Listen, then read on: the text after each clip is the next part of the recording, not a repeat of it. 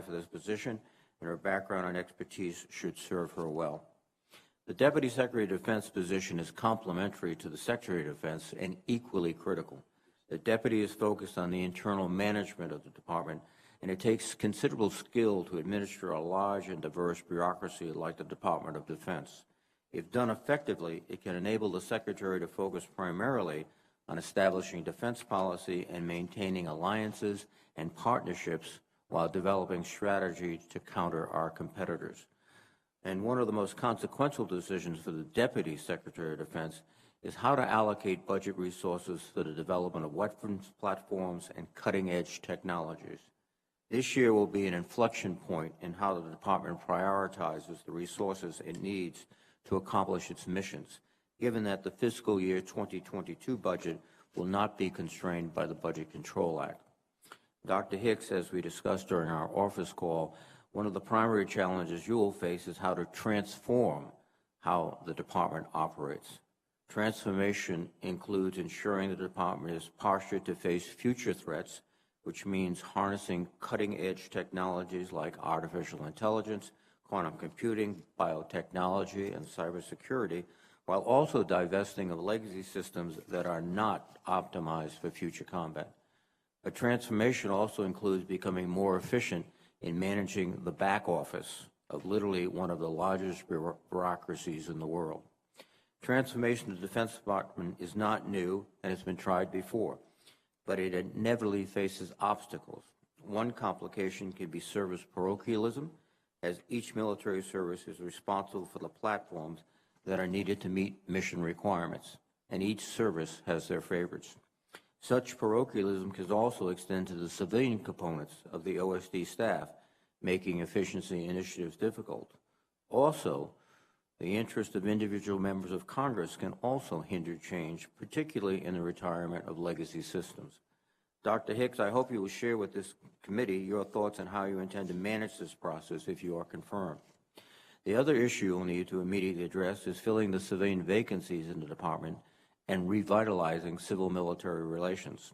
There are always multiple positions that need to be filled at the start of any new administration.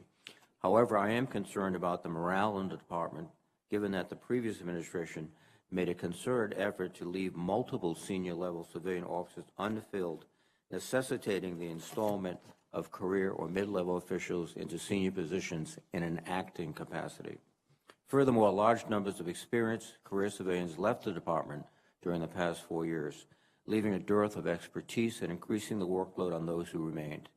Secretary Austin has pledged his commitment to repairing civil-military relations and empowering civilians at all echelons of the department, and if you are confirmed, you will be integral to this effort. Finally, every member of this committee wants to ensure that high-caliber candidates serve in the department, and we will continue to fully evaluate and expeditiously consider nominees for these positions. Filling these vacancies quickly and with capable and talented individuals will ensure the department is operating effectively. I want to thank Chairman Inhofe for working to schedule a prompt confirmation hearing for Dr. Hicks. And Dr. Hicks, if you are confirmed, I hope you will work closely with Secretary Austin to fill these positions and provide steady leadership for the department. Dr. Hicks, we face many challenges that will require strong leadership and the ability to make tough decisions. Thank you again for your willingness to serve our country. Thank you. Well, thank you, Senator Reid. With some senators attending remotely, I want to let everyone know how we're going to run things. Since it's not possible to know exactly when our colleagues who will be joining us via computer, when they arrive, we will not be following our standard early bird timing rule. Instead, we'll handle the order of questions by seniority, alternating side to side until we've gone through everyone. We will do the standard 5-minute rounds. And I ask my colleagues on the computers to please keep an eye on the clock, which you should have on your screen. And finally, to allow for everyone to be heard, whether in the room or on the computer, I ask all colleagues to please mute your microphones when you're not speaking. Dr. Hicks will begin with your opening statement. You are recognized. Well, good morning, Chairman Inhofe, Ranking Member Reid, and committee members. I am honored to come before you today as President Biden's nominee for Deputy Secretary of Defense.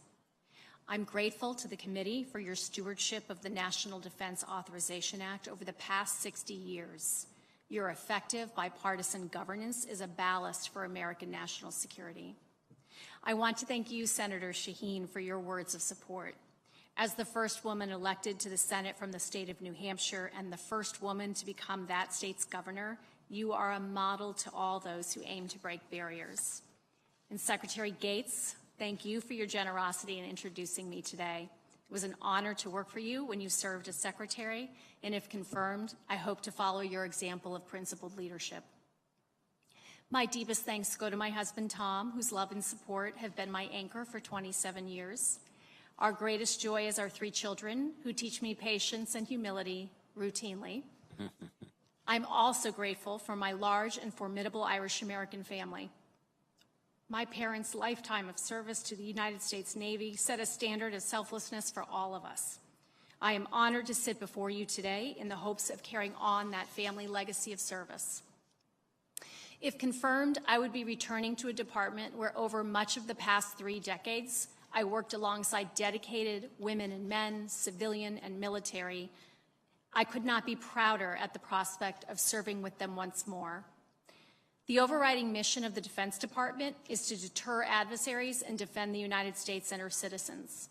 Challengers who seek to undermine America's interests by force should never doubt our resolve or readiness to thwart their aims. The Department is most effective when it is working in concert with other tools of national power. Our military strength bolsters the work of our diplomats, reinforces our alliances and partnerships, and strengthens our prosperity. If confirmed, foremost among my charges would be to help translate the rhetoric of strategic competition into the reality of execution. China is the pacing challenge of our time. Armed conflict between the United States and China is not desirable, and it is not inevitable. The U.S. military plays a critical role in preventing that outcome. We must stand ready today, and we must modernize if deterrence is to endure. If confirmed, I would seek to increase the speed and scale of innovation in our force. The Defense Department cannot do this alone. It must engage Congress, expand public-private partnerships, and work with America's allies and partners. Our greatest military strength is America's total force, supported by its military families. We must not forget that the Defense Department's workforce is America's workforce. The pandemic has tested the U.S. military just as it has tested all Americans. The Defense Department has a vested interest in leaning into COVID response efforts as President Biden has directed and Secretary Austin has committed. But most challenges facing the force and military families did not begin with COVID, and they will not disappear at its end. If confirmed, I will assist Secretary Austin in bringing enduring, consistent focus to total force health and quality. We must address suicide and mental health, housing, child care, and food insecurity. We must root out violent extremism, systemic racism, sexual assault and harassment, and other inhibitors to readiness. And this is a matter of readiness. We will not be able to attract and retain the world's finest force, one that represents our democracy, if we cannot hold accountable those who threaten its viability from within. The Department must also manage its business operations efficiently and in line with performance goals. If confirmed, I would build on existing efforts to make clear and accountable progress toward a clean audit. I would also immediately assess the disposition of responsibilities previously assigned to the Chief Management Officer and make any adjustments needed. Our success in meeting these goals requires a regular and constructive dialogue between the Department and Congress. If confirmed, I will help Secretary Austin facilitate communication and exchange with you and your staff. The nation needs us to work together. Members of the committee, if confirmed, I would bring to these challenges a professional life spent committed to improving the nation's defense. I would bring an insider's knowledge of the levers for action and an outsider's drive for reform. I would bring a commitment to restoring healthy civil-military dynamics and establishing regular order. And I would be proud to put another crack in the glass ceiling of the department I've spent most of my adult life serving. Senators, I look forward to your questions and am grateful for this time with you today. Well, thank you very much, Dr. Hicks. I'm going to cover 4 questions real quickly to kind of set this thing off. First of all, on the document that we referred to, the National Defense Strategy Commission, to me that tells the whole world the significance of the 12 people who put this document together that we've adhered to. Some people are saying that it's maybe already outdated since that was put together back in 2018. I would ask the question, well, first of all, there are a lot of things that people keep talking about on the floor and, about climate change, and yet nowhere in the Commission's analysis can I find that phrase. So in your view, and given your experience as a member of the NDS Commission, does the 2018 NDS accurately assess the current strategic threat that we're faced with? Senator, the 2018 NDS, I think, was a remarkable reflection of strong bipartisan consensus around the growing challenges presented by China in particular, and also the opportunistic challenges presented by Russia. And I think those factors continue to endure. The job of the National Defense Strategy Commission was to evaluate that NDS 2018. And Congress has established a requirement every 4 years for a new national defense strategy. I would imagine the Biden administration will be moving quickly to undertaking a full assessment, not only of the 2018 document and hopefully the Commission's recommendations, but also the current threat environment and other challenges we face. An example, in addition to climate, might be COVID, which did not appear in the 2018 document. The world changes, and we need to always be assessing our forces against the needs. Yeah, I think that's right. Well, one of the documents or statements in this document is we would need to establish a real growth of 3 to 5%. Do you still think that's a good goal? Senator, I think that was an accurate reflection of what it would take in a ballpark way to meet the requirements of the 2018 NDS as it was laid out. So I stand by that as a general rule of thumb for that document. Okay, and I'm going to cover 2 other areas real quickly here. One, I'm going to quote from this NDS. Quote, civilian voices have been relatively muted on issues at the center of the U.S. defense and national security policy, undermining the concept of civilian control. And we talked to General Austin about this also. Would you give kind of what concrete steps would you recommend to correct this if you agree with this statement? I do agree with that statement, and Secretary Austin, Senator, has laid out already in his confirmation hearing, and my understanding is in the steps he's implementing in the department, several concrete approaches. One is about who is in the room, who has a seat at the table, and whose voices are engaged in major issues of force deployment and force operations, as well as policy. And he's been very clear that, if confirmed, that would include me as the Deputy Secretary of Defense. His Undersecretary of Defense for Policy, when confirmed, would also be an important figure in that, alongside other civilian officials. Very good. And lastly, I want to mention the nuclear triad. This is something that many people agree is the most significant problem that we are faced with right now. We have both Russia and China. They're modernizing and expanding their nuclear forces, as well as North Korea and some others that are moving in that direction also. Secretary Austin has recused himself potentially for the entirety of his term as Secretary of Defense from any matter involving Raytheon Technologies. So I understand that you will be making the decisions for DOD about the long-range standoff weapon, the ground-based support.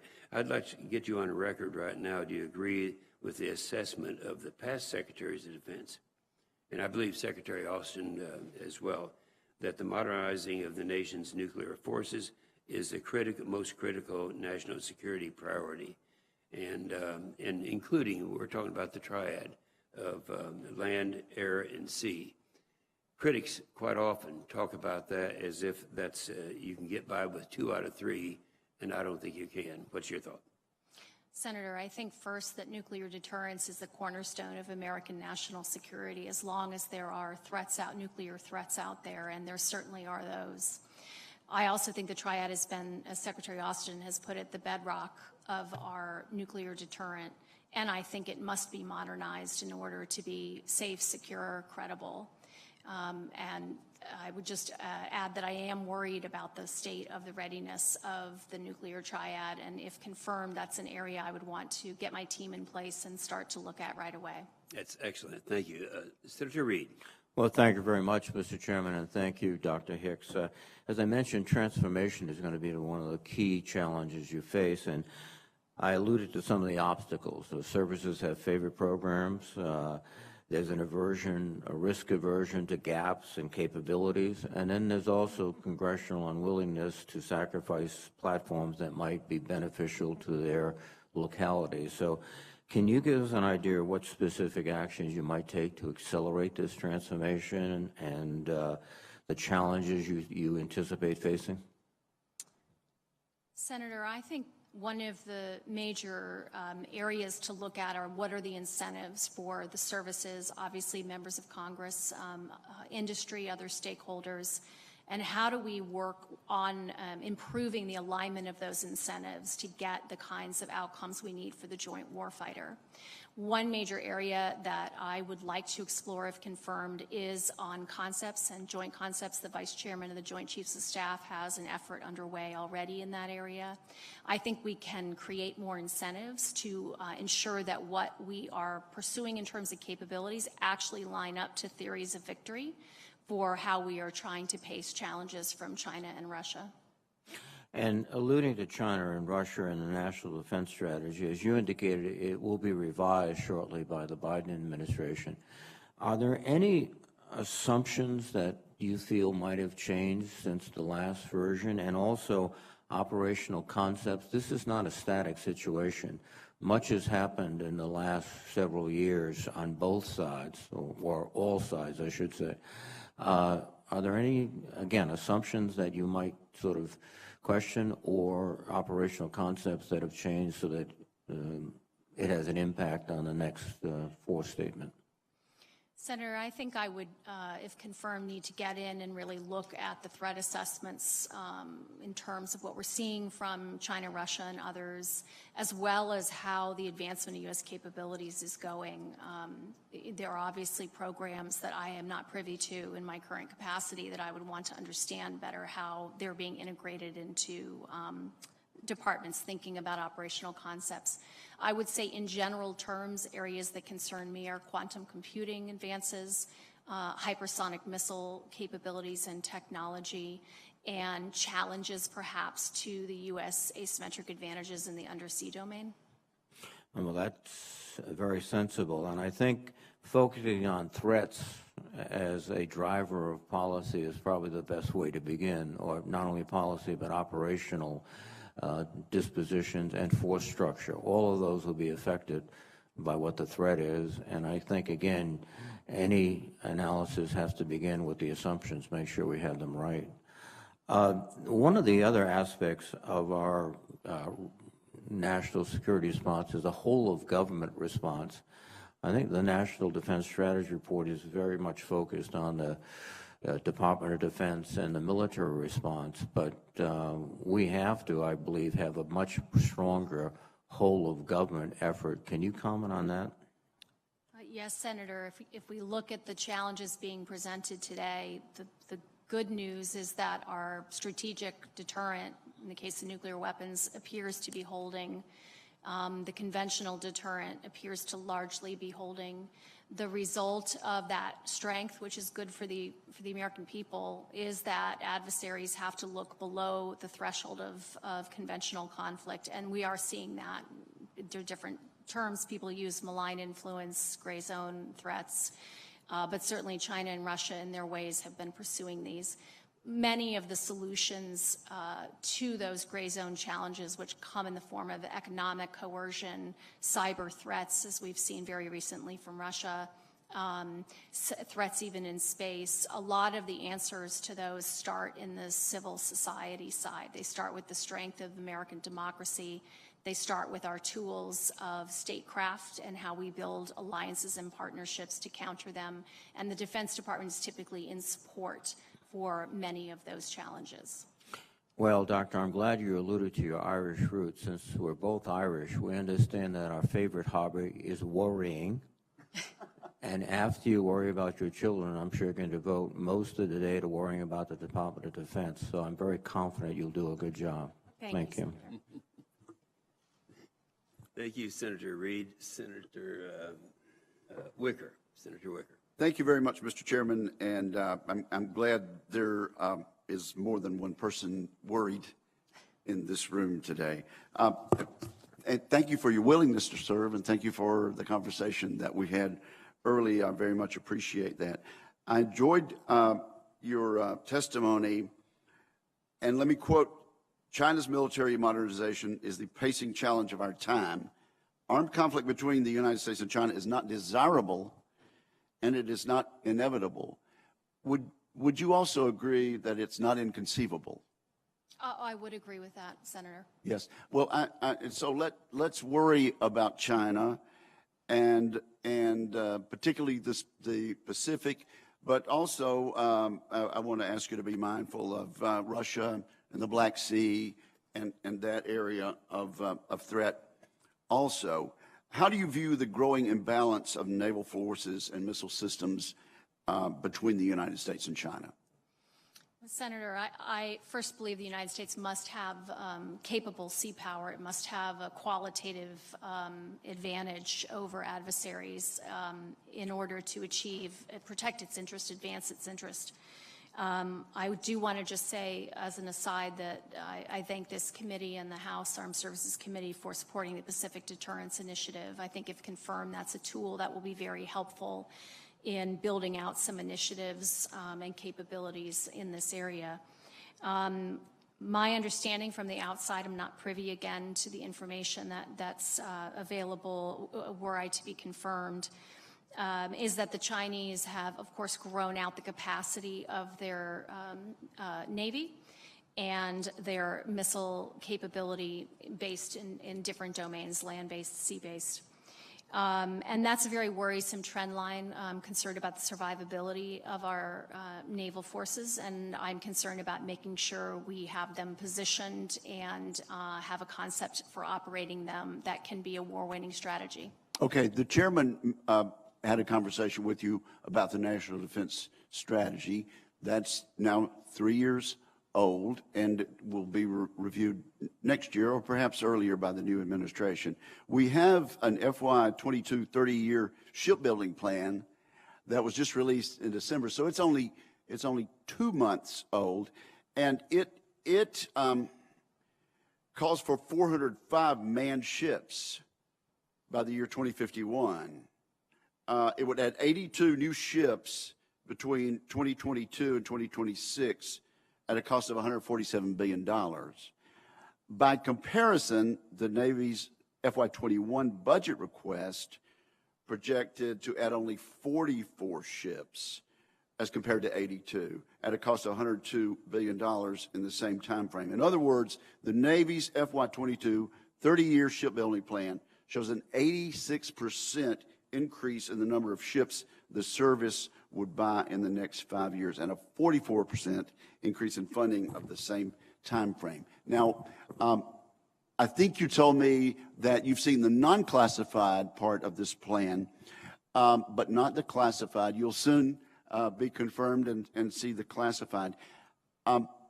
How controlling do you view this 30-year shipbuilding plan, which came from the previous administration, and what do you plan to prioritize with regard to shipbuilding in the Defense Department? Senator, let me first say, from the plan that was released by the Trump administration in December, there's some really interesting operational themes that I'm attracted to. There's a focus on increasing use of autonomy. There's a focus on dispersal of forces, and there's a focus on growing the number of small surface combatants relative to today. But there are some things in that unclassified report, as I mentioned to you, that I saw as flags.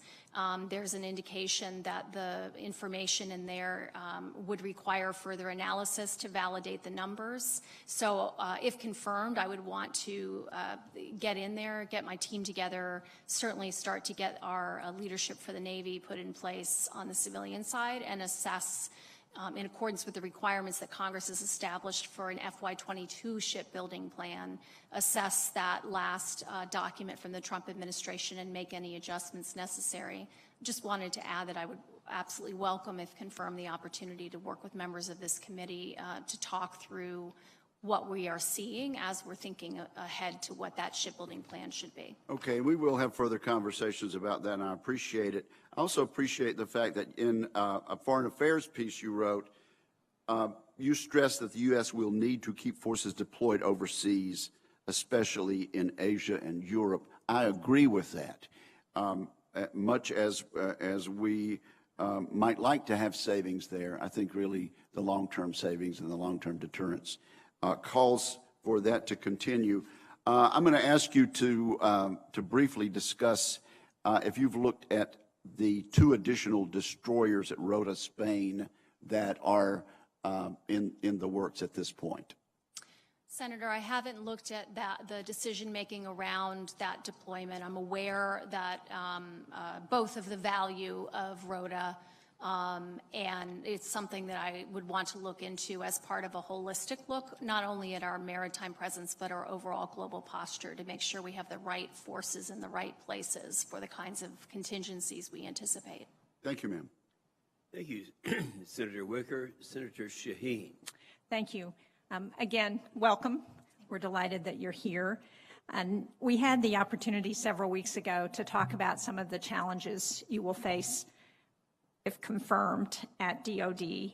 And I was very parochial in that call because I talked about the critical aspects of New Hampshire's economy and our contributions to our national security.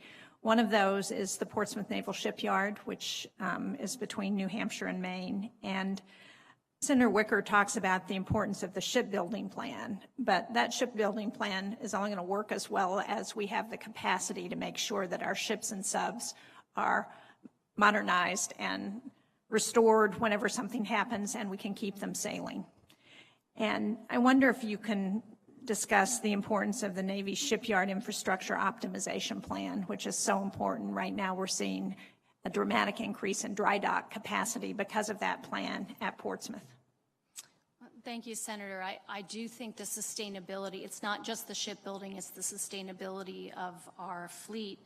And both of those aspects are incredibly important. We need to have modernized depot capacity and capability to include in our naval shipyards. So I agree that it's greatly important.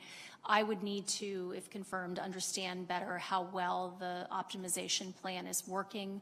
But I do think it appears from the outside that it's a step in the right direction to make sure we have that sustainable capacity. Well, good. We'd love to have you come up and see it firsthand in Portsmouth, where we think it's working very well. We also talked about the 157th Air Refueling Wing that's at Pease Air National Guard Base, which you pointed out your husband had spent some time in at Pease when it was the former SAC command.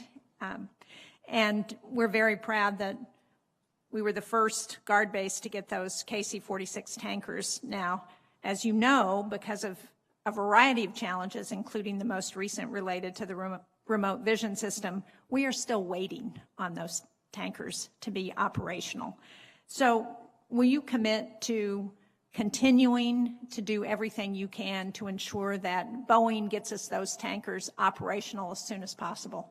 I will, Senator. Thank you very much.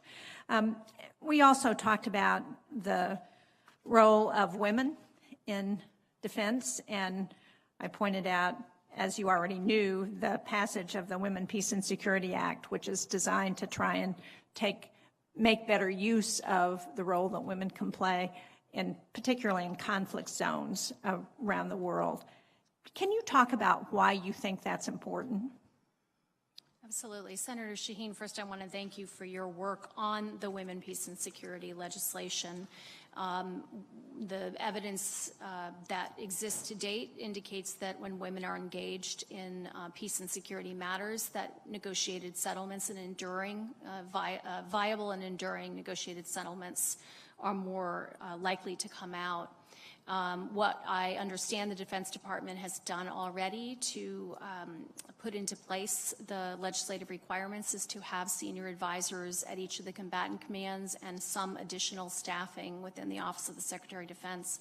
I think those are important steps. If confirmed, I would want to be able to understand how well that's working and what kind of voice those advisors and the folks who are staffing the Secretary of Defense have in major considerations of peace and security.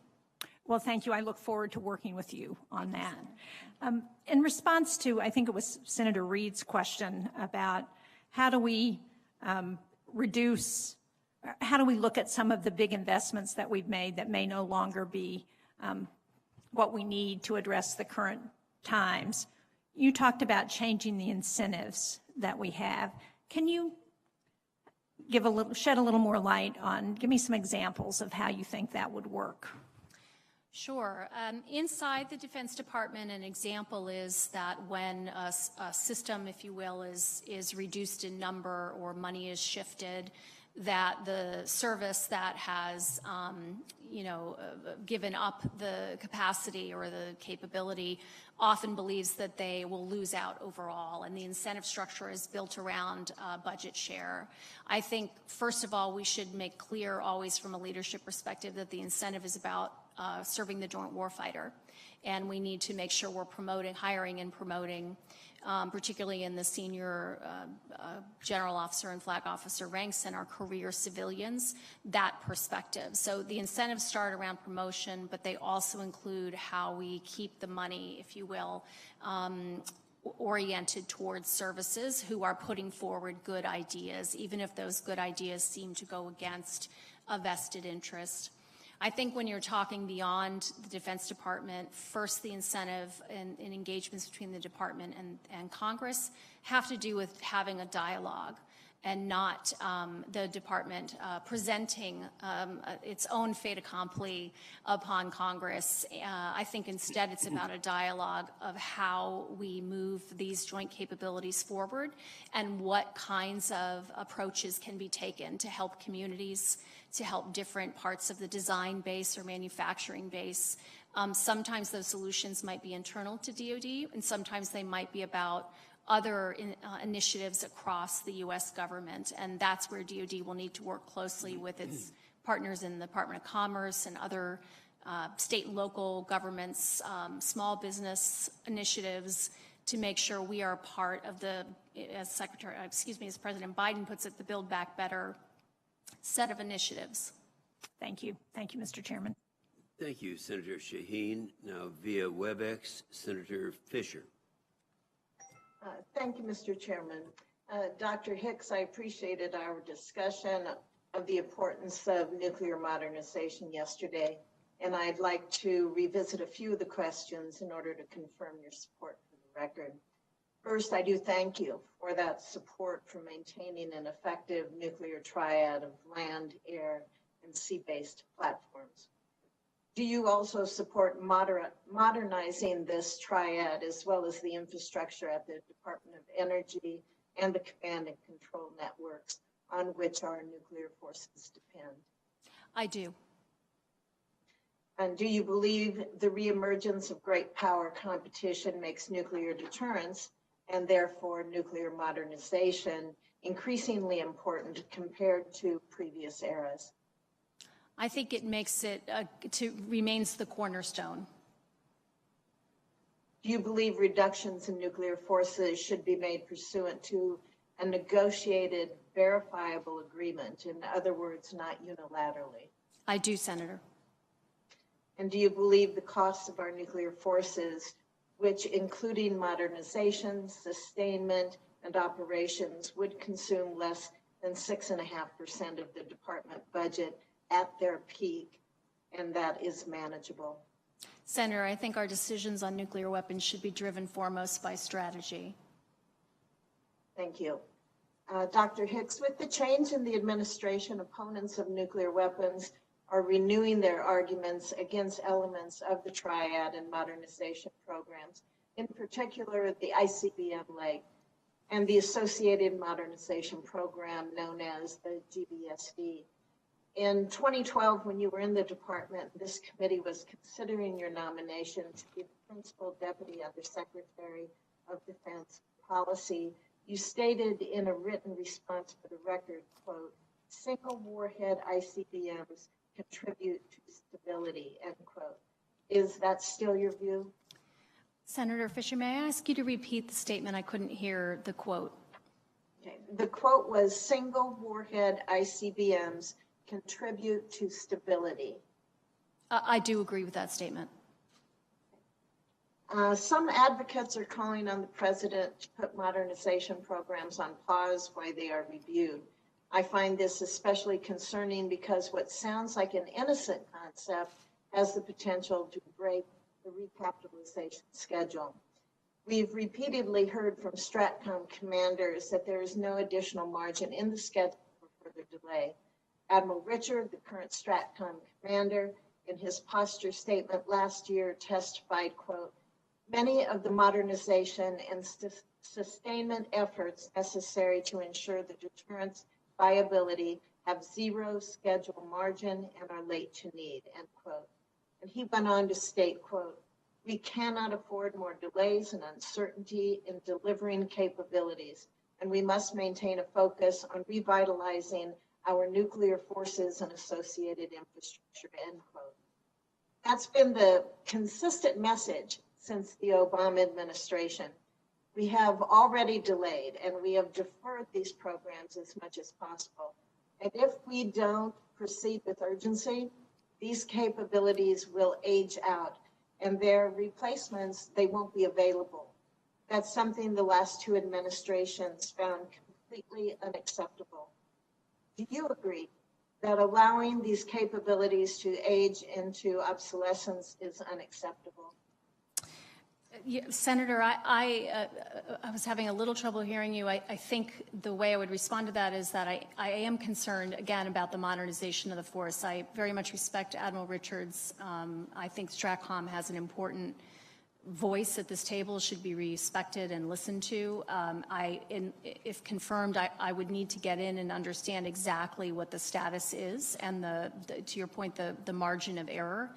I don't think we should be risking the modernization of our deterrent where that modernization actually challenges the quality of our strategic deterrent. And Dr. Hicks, our nuclear weapons production infrastructure, much of it dates back to World War II era Manhattan Project. It's atrophied to the point where the United States is the only nuclear armed country in the world without the ability to produce a new weapon. Do you believe that the United States must rebuild and maintain the basic capabilities to design, manufacture, and sustain an effective nuclear weapons stockpile to support our nation's deterrent? I do. Thank you. I see my time's almost up. I appreciate your thoughtfulness. I appreciate your knowledge, and I look forward to you serving in this capacity. Thank you very much. Thank you, Senator Fisher. Senator Blumenthal. Thanks, Mr. Chairman. Thank you for your service to our nation, Dr. Hicks. I want to join in thanking former Secretary Gates as well as my colleague, Senator Shaheen, for their excellent introductions, and welcome your husband, Tom, as well as possibly your two sisters in West Hartford and your brother in New Haven, if they are listening. If not, please convey my regards to them. And they must be very proud of you, as is your whole family, for your very distinguished service. I want to just begin with a comment because I read your remarks on the issue of sexual assault, which are very general. I will just be very blunt. As you know, this committee is accustomed to hearing very general remarks on this issue for as long as I've been in the Senate, which is now 10 years, we've been hearing the same kind of generalities, and I don't mean to be rude, but sometimes they sound like good intentions, but a lot less action than there should be. So I'm hoping that your commitment on that issue will be sincere, vigorous, and aggressive, as I expect it will be. Likewise, on the issue of white supremacy, I'm very heartened by the remarks made by Secretary Austin, as well as yourself on this issue, because I think that extremist ideology in the military, as in any other phase of life, has to be fought and overcome. I want to focus on the issue of the defense industrial base. As you and I discussed yesterday, the number of suppliers, for example, in the submarine program has diminished substantially over recent years, from about 17,000 in the period of a couple of decades ago to now 5,000, a 70% decrease. Those numbers come from a recent GAO report. I raised them yesterday in a call with Electric Boat. They are extremely alarming to me. Your remarks indicate your commitment to aiding the small suppliers who are now struggling as a result of the pandemic and the economic crisis, but also developing new suppliers, returning the numbers of small startups and medium-sized companies. And you remark that efforts so far have, quote, not yet led to the level of dynamism in the industrial base that we need, end quote. So I'm hoping that you will focus on the supply chain that is so vitally important to major contractors like Electric Boat or Raytheon or any of our major sources of supply. Yes, Senator, if I may step back to address the first part of your comments on sexual assault, I can assure you, as a woman in modern American workplace and certainly in national security, I too get tired of hearing a lot of talk that doesn't convert into actual change. I am very heartened by the fact that President Biden moved out quickly on this issue with his 90-day effort, and then Secretary Austin moved out himself inside the department with his memo. I was absolutely appalled, and I think anyone who reads that Fort Hood report would feel the same as I do at the failures we've experienced to date on sexual assault. And I think all good ideas should be on the table. We shouldn't be taking things off the table while we're looking for the best solutions. On your point about consolidation of the industrial base, yes, I am concerned. Some consolidation is probably inevitable. The Defense Department isn't sized, if you will, in many areas to maintain a large base. But extreme consolidation does create challenges for innovation. My point on dynamism, you need to have a lot of different good ideas out there. That's our comparative advantage over authoritarian states like China and Russia. And so if we move all competition out, obviously that's a challenge both for the taxpayer, but it's also a challenge in terms of the innovation piece. So I would be happy, if confirmed, Senator, to work with you and your team on ways we can look at key parts of the industrial base and how we ensure there's a healthy supply chain. Thank you very much. Just one last question on the issue of climate change and energy efficiency. You and I discussed this issue at some length. We don't have time today to continue that conversation, but I do hope to continue it. And very excitingly, you mentioned the idea of our fleet going possibly to electric power. Not surprising, given that automobile manufacturers are moving inexorably and quickly in that direction. GM very shortly will have an all-electric fleet, and maybe the Department of Defense can pursue that initiative as well. I see no reason why the Department of Defense can't have a fleet of vehicles that is all electric within the very foreseeable future. Would you agree?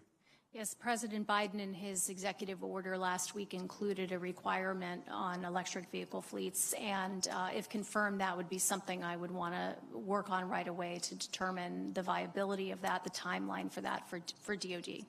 Thank you so much. Thank you, Mr. Chairman. Thank you, Senator Blumenthal. Now, via WebEx, Senator Cotton. Thank you, Mr. Chairman, and thank you, Mrs. Hicks, Dr. Hicks, for your appearance today, and congratulations on your nomination.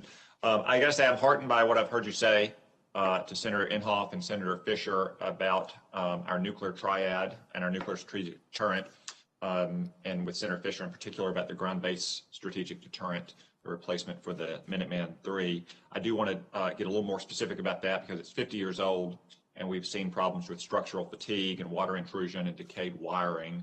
The GAO has warned that we could lose confidence in the fleet by 2026, a mere 5 years from now. Congress has fully funded the GBSD, its replacement system, and both military and civilian leaders have consistently warned that the service life extension of the Minuteman III is no longer an option. Given that we have, until recent years, put off nuclear modernization for so long, and the threats rising with China's crashed nuclear buildup and Russia's unconstrained tactical weapon inventory, Dr. Hicks, I want to know if you will fully commit to the deployment of the GBSD on its planned schedule. Senator, I'll say again that I believe the triad has been a bedrock for American security, and I am a big believer in the value of the nuclear deterrent. What I can't say today, and until I have an opportunity, if I'm confirmed, to get in and understand the state, just as you are describing the state of the various legs of the triad, in this case, the state of the land-based component, it's difficult for me to assess exactly what the timeline and the margin, if you will, is, and also the technical feasibility issues, not just resource issues, but technical feasibility issues. But what I can promise is I am committed to a modernized, qualitatively effective deterrent. And if confirmed, I'd be happy to work with members here on a discussion around what we're seeing and what those timelines look like, and making sure that the FY22 budget pushes forward the President's commitment to that nuclear deterrent at the same time that it's promoting America's non-proliferation agenda. That commitment to the deterrent includes the ground-based leg of the deterrent, correct? Yes, Senator, I believe that our deterrent is strongest as a triad. I understand that there will be a relook, as there is in every administration, at the various aspects of nuclear policy and modernization. I think that's appropriate. The Trump administration did that as well. But if you're asking my personal view, my view is that the triad has served us very well. It has created stability, and it has a value. And I can understand your hesitation to make the commitment of the deployment on time, given the Pentagon's long history of many programs running over time and over budget. So let's divide the reasons in half why you wouldn't make that commitment. One is the policy reason that some in the administration, some in the Democratic Party, don't want to modernize the missile leg of the triad. And then there's all the concerns about, as you say, the technical feasibility, where the program is, its financing, and so forth. Is it the second concern that you have that causes you to hesitate towards making commitment towards on-time delivery as opposed to the first, the ideological or the policy one? Senator, as a nominee for Deputy Secretary of Defense, I probably think of myself mostly in the former category in general. Yes, I would be very much focused on the viability of the programming element of this, and I would be in support of the Secretary, of course, on the major policy issues regarding nuclear posture, where he seeks my advice. But as I said in my opening statement, I think my job is to make sure we can execute on the President's direction and on Secretary Austin's direction. Okay. Well, if confirmed, I certainly hope that'll be a very top priority to make sure all those programmatic issues permit for the on-time deployment of something critical to our national security. Dr. Hicks, you suggested something in your answer that I want to touch on as well, about a posture review. Will the Biden administration conduct a nuclear posture review, as has been the custom for the last several new presidential administrations? Senator Cotton, that is my understanding. I don't, because I'm not inside the administration, I don't know the status of that, but it is my understanding that there is an intention to review nuclear posture as well as, of course, overall defense strategy. The latter part is a congressionally mandated requirement. Thank you. One final question. Like all administrations in the nuclear age, to include the Obama administration, will the Biden administration declined to adopt a no first use policy for nuclear weapons? Senator, I can't speak to how the Biden administration might ultimately come through its policy assessments with regard to either nuclear declaratory policy or other issues. I have been on the record in the past as not being, I don't believe no first use policy is necessarily in the best interest of the United States, but those will be decisions ultimately made, of course, by the President. Well, thank you. I hope you'll be a vocal voice for that and that people will listen to you. Thank you, Senator Cotton. Now via WebEx, Senator Gillibrand. Thank you, Mr. Chairman, and thank you so much, Doctor, for being here. I want to continue along the line of argument that I listened to from Senator Blumenthal, and you did say that you reviewed the Fort Hood investigative report. In that report, there was a significant recommendation, and it said that commander negligence at Fort Hood fostered a culture of violent crime, sexual assault, and harassment. The investigators provided a solution, quote, to ensure objectivity and fairness. The sexual harassment and assault response, or SHARP program, should operate independent from local commands and their legal advisors. Dr. Hicks, do you think that if local commanders are not trusted to oversee SHARP, that they should still get to decide which sexual assaults and complex criminal cases should go forward to be prosecuted? Senator Gillibrand, let me just first thank you for your leadership in general on this issue. As the Fort Hood report makes very clear, even just in the one excerpt you've given, this is a problem that doesn't appear to be getting any better. And we need to be really open, I think, on the solutions, the levers that will actually make a difference. I am not a legal expert. I can't speak to the specifics of how the department at this point, you know, without being in the department, how the department ought to move forward on those recommendations, and in particular on the accountability side, prosecution and accountability side. But what I can say is that to the extent that Secretary Austin is involving me in decisions relating to countering sexual assault and harassment in the military, that I'm very open to ideas, even if they include removing the commander from that prosecution chain. Mm-hmm. And the purpose of that would be to give the prosecution to trained military prosecutors who have had time to develop expertise in criminal law. Because right now, fewer cases are proceeding to trial and fewer cases are ending in conviction. And so as a result, we've seen a lessening of people's faith in the system. And the one recommendation that survivors and legal expert and advocates have recommended is allowing the professionalization of the prosecution of major crimes that have jail time of more than a year. And so that's why this is the recommendation. And for your benefit, we've put forward pretty much every other recommendation that the DoD has supported and turned it into law, and they have not changed these outcomes. And the second thing that doesn't seem to matter is whether a Secretary of Defense takes this seriously or not, because every single one of them has said they've taken it seriously from Dick Cheney on. And so promises, empty promises, are something that I hope the Biden administration does not tolerate. And I would like your commitment that you will really focus on this issue to make sure that we get to the right result, where we can have a military justice system that is worthy of the sacrifices that the men and the women in our services make every single day. Senator, you have that commitment. Okay. I'd like to address now issues of cybersecurity. Last month, it came to light that Russia had created a backdoor into computers of at least 250 agencies for 9 months, and possibly still, they've been able to monitor computer activity and steal data that has come to our attention. So a private company, FireEye, brought that to our attention, not the DoD.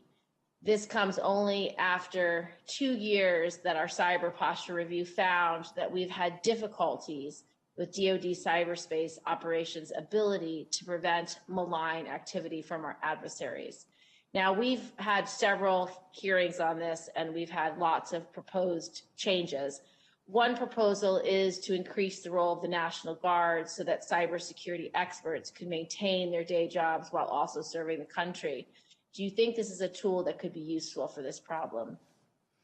Senator, I think the National Guard can bring specialized capabilities in exactly these types of areas where the commercial sector, to your point about FireEye, where the commercial sector is sometimes out in front of the federal government. So it does seem to be at first glance that the National Guard could be helpful in this area. Last, I wanted to touch on diversity. Recently, the DoD released a 2017 survey that showed 24.4% of active duty minority service members experienced harassment or discrimination, but only 26% reported their experience to the Equal Opportunity Program. Only 16% of reports led to punishment of the perpetrator, and 10% somehow led to punishment of the reporter. While interviewing Anthony Brown last July, you stated the military is a, quote, engine to counter racism. With statistics like this, do you think that engine is actually working? And would you agree that service members should have the same ability to report discrimination without reprisal as a civilian DoD employee? Senator, I hesitate to get into specific recommendations related to UCMJ or other legal matters. If confirmed, I would absolutely want to speak to the career lawyers to understand what the implications are. But to your general point, I think it is crystal clear that the military has not undertaken sufficient efforts on diversity, equity, and inclusion, and that we have a major leadership challenge, quite frankly. We have a problem on the prevention side, and we clearly have a problem on holding folks accountable, whether it's sexual harassment and assault or it's DEI-related issues more broadly. And I am committed to making sure we make genuine progress. I know it's difficult to hear nominee after nominee come up and say that, but you have my commitment, and I would look forward to working with you on both of these sets of issues. Thank you, Mr. Chairman. Thank you, Senator Gillibrand. And via WebEx, Senator Rounds. Thank you, Mr. Chairman. Dr. Hicks, thank you for your years of service and the work that you've done in national security issues. I want to thank you for your willingness to serve once again in such an important position. I enjoyed our phone call last week, and I want you to know that I intend to support your nomination. I do have a couple of questions that I'd like to go through with you, specifically with regard to our DoD cyber strategy, which had been published back in December of 2018, which charges the DoD to defend forward, shape the day-to-day competition, and prepare for war. The United States Cyber Command has demonstrated successful instances of defend forward in securing the 2018 and 2020 elections. What are your views on the defend forward, shape the day-to-day competition, and prepare for war concepts to deter and disrupt Russia and China in cyberspace? Senator, first, thank you very much for your support of my nomination. I have had an opportunity at different periods in the last several years to get a little more information on what's behind Defend Forward. I would say, based on the briefings that I have had, I am supportive of the approach. I think if confirmed, what I would like to understand better is exactly how the authorities are being executed, what kind of oversight is involved, how we are consulting with allies and partners, whose systems we might operate on. I think those are very important questions for civilian policymakers to be engaged on. But in general, I believe that we have had to become much more forward-leaning in our approach, and I also think Congress has a critical role to play here in terms of authorities, and I would want to understand better, again, how it's being executed today to engage in a dialogue about what is the appropriate role for Congress and for civilian policymakers in the executive branch. I'm also very pleased by the progress that we've made enabling Cybercom to rapidly conduct cyber effects operations to include offensive cyber operations. Can you tell the American people why this is so important to our national defense? I think it's important that the public understand that we've got challenges with people attacking us, but we have to be in a position to offer offensive cyber operations even when we're not in an identified conflict. Yes, Senator, I think one of the major challenges about thinking through competition or confrontations in cyberspace is that the classic definitions of what is offense and what is defense are very blurred. And so it is challenging to use the kind of constructs we've thought of in a terrestrial sense in cyberspace. What I would say to your point is the way in which adversaries can come at our systems, and the recent Russian hacks, to include through SolarWinds, demonstrated this, is they can live in our systems for some time. They can undertake espionage, extract information, and then can turn, in many cases, onto what we would think of as offensive approaches. In order for the U.S. to prevent that and deter that, it also sometimes has to defend forward. That is to say, it has to be living in systems so that it has the warning, the indicators and warning to know that an attack is imminent. And that's where this offensive piece becomes important. Exactly, and it also provides us with advance warning about the types of tactics that might very well be used, because if they're using those tactics in other countries in advance, they may very well be using the same tactics when it comes to trying to get into our systems as well. As we discussed during our call, there was an effort in the last administration to end the Cybercom NSA dual hat. This issue for a number of years now.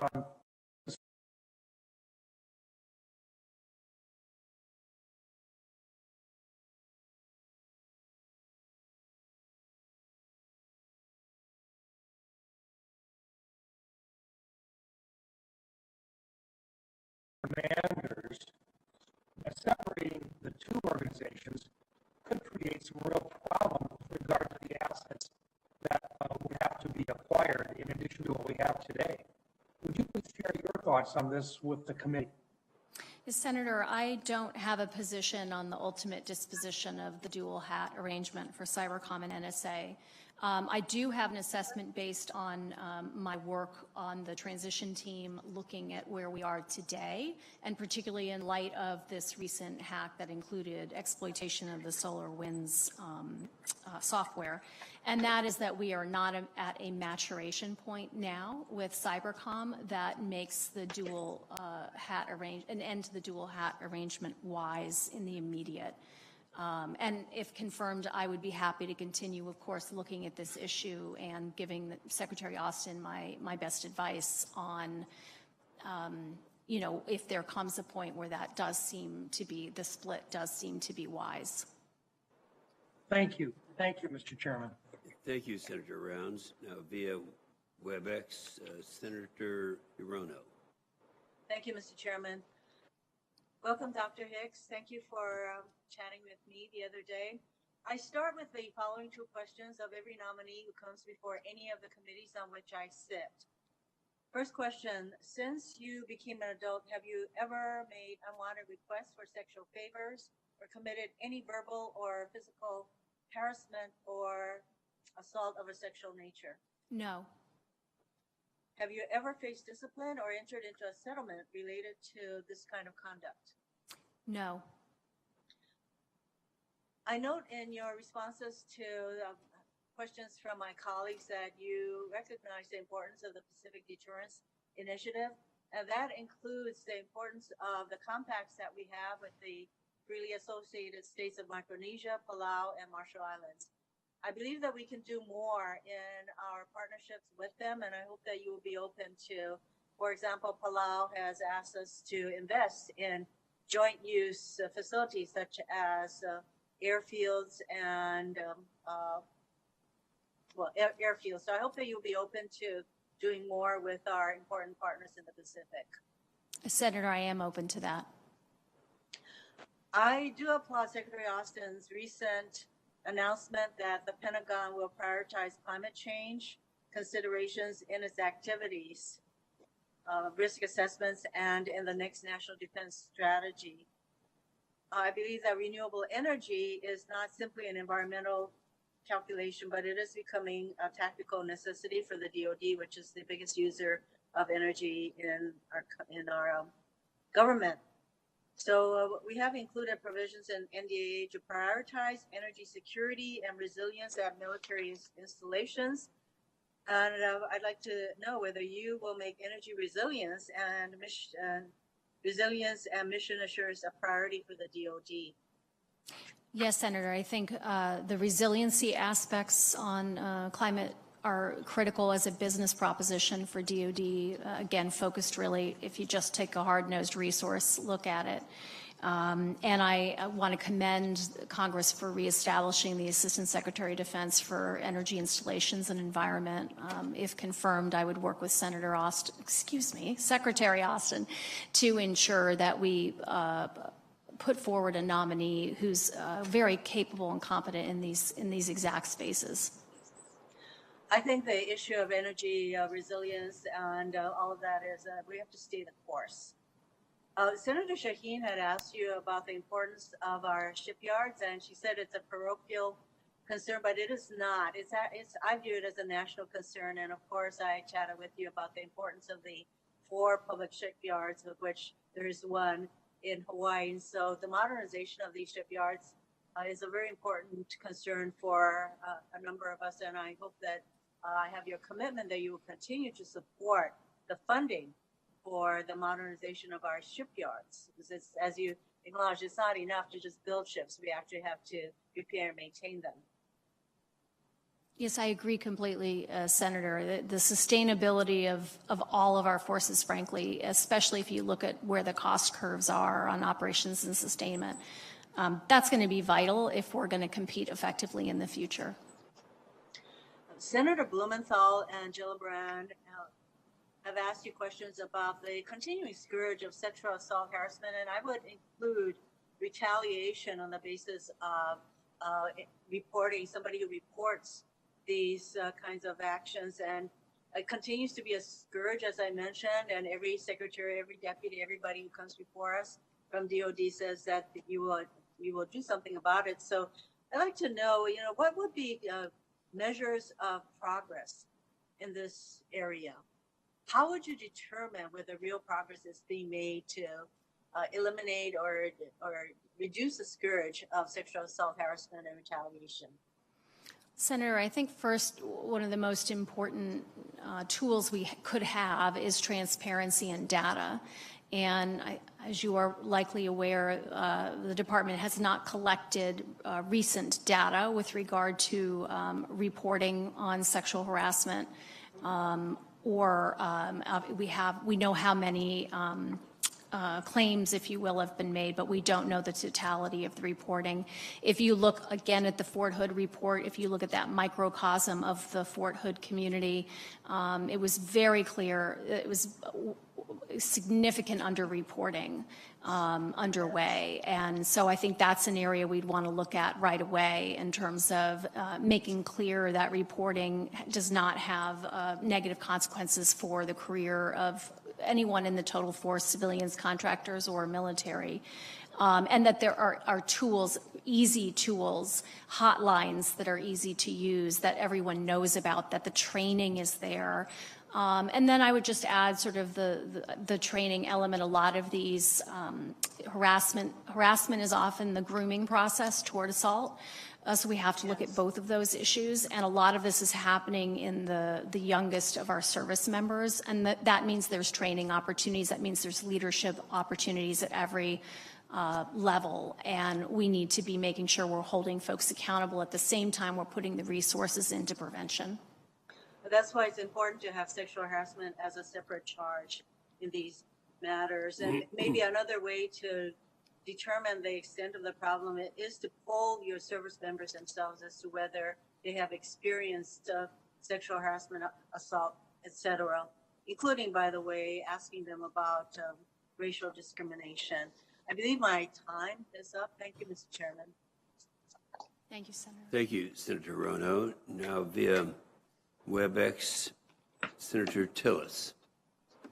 Thank you, Mr. Chairman, and Dr. Hicks, thank you for being there. I want to also thank you for being so generous with your time on the phone call last week. We covered a number of different topics. I did want to get back to some of the discussion we had last week, particularly around the, on the one hand, I like all the responses you've given to my colleagues on commitment to modernization and our defense strategy. On the other hand, I think we're going to come up with funding issues and challenges to keep those programs on track. So how do we, when you go into this role, and I intend to support your confirmation, how do you look at getting more productivity out of the dollars we already have in the face of the economic challenges that we have, and maybe an administration that wouldn't place the same priority on funding that you've seen over the last 4 years? How do you get more productivity? What kind of department-wide programs do you think are appropriate to drive more productivity for the dollars being spent? First, Senator, thank you so much for your statement of support, and I enjoyed our conversation as well. Let me tackle a few aspects of that, because it's not an easy answer. I think some of the elements are about tying the capabilities, the programs to capabilities to concepts to what we're trying to achieve, and that concept to capability link has been weak in the department for some time. Again, the department has some work underway. If confirmed, I'd want to get in particular, talk to the Vice Chairman of the Joint Chiefs of Staff about the status of that effort, and try to understand where the concepts are driving us to ideas about how we perform in the field against challengers. That helps us really focus the mind on the priorities we need to have in terms of what deters effectively, what creates credible capability. And also, where are there areas that are lower risk? There's never a lack of risk. The question is how to prioritize effectively and be transparent about where we have decided to take risk, so that Congress, among others, can make its own determinations about those judgments.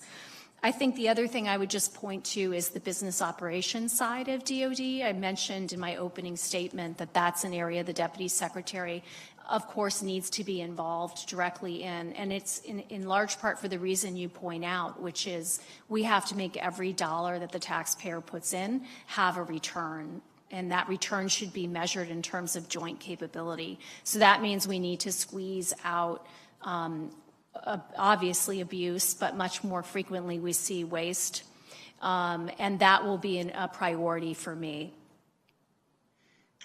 Thank you, Dr. Hicks. I think I mentioned to you on the call that we had that if I were there in person, I'd be bringing my 600-page plus RFP for the next generation handgun. I think that that's a case study in an acquisition process gone wrong. So I have the bias that what we have to do is go in and stratify some of these acquisition processes that are literally preventing some viable suppliers from even participating because they're so costly and so time consuming that we could get a richer supply base, I think, if we get smarter on certain systems. Clearly on more complex leading edge technologies, it may take time, but I think all of them have to have an up and down review. Dr. Hicks, I also just want to go back and associate myself with some of the comments made by Senator Blumenthal and Senator Gillibrand on military sexual assault. I suspect that that's going to be a priority in her position as chair of the Personnel Subcommittee. And I'm very frustrated with some of the confidence that I've placed in the department to make progress and not seeing the kind of progress. And I think the Fort Hood review says a lot, needs to be acted on. The final question I have for you is just your assessment of our NATO relationship and our partners. What challenges or what can we build on based on the prior administration? Senator, I think the U.S. transatlantic relationship manifested most fully in NATO in the military sphere is absolutely vital to any of the challenges we think of in the future.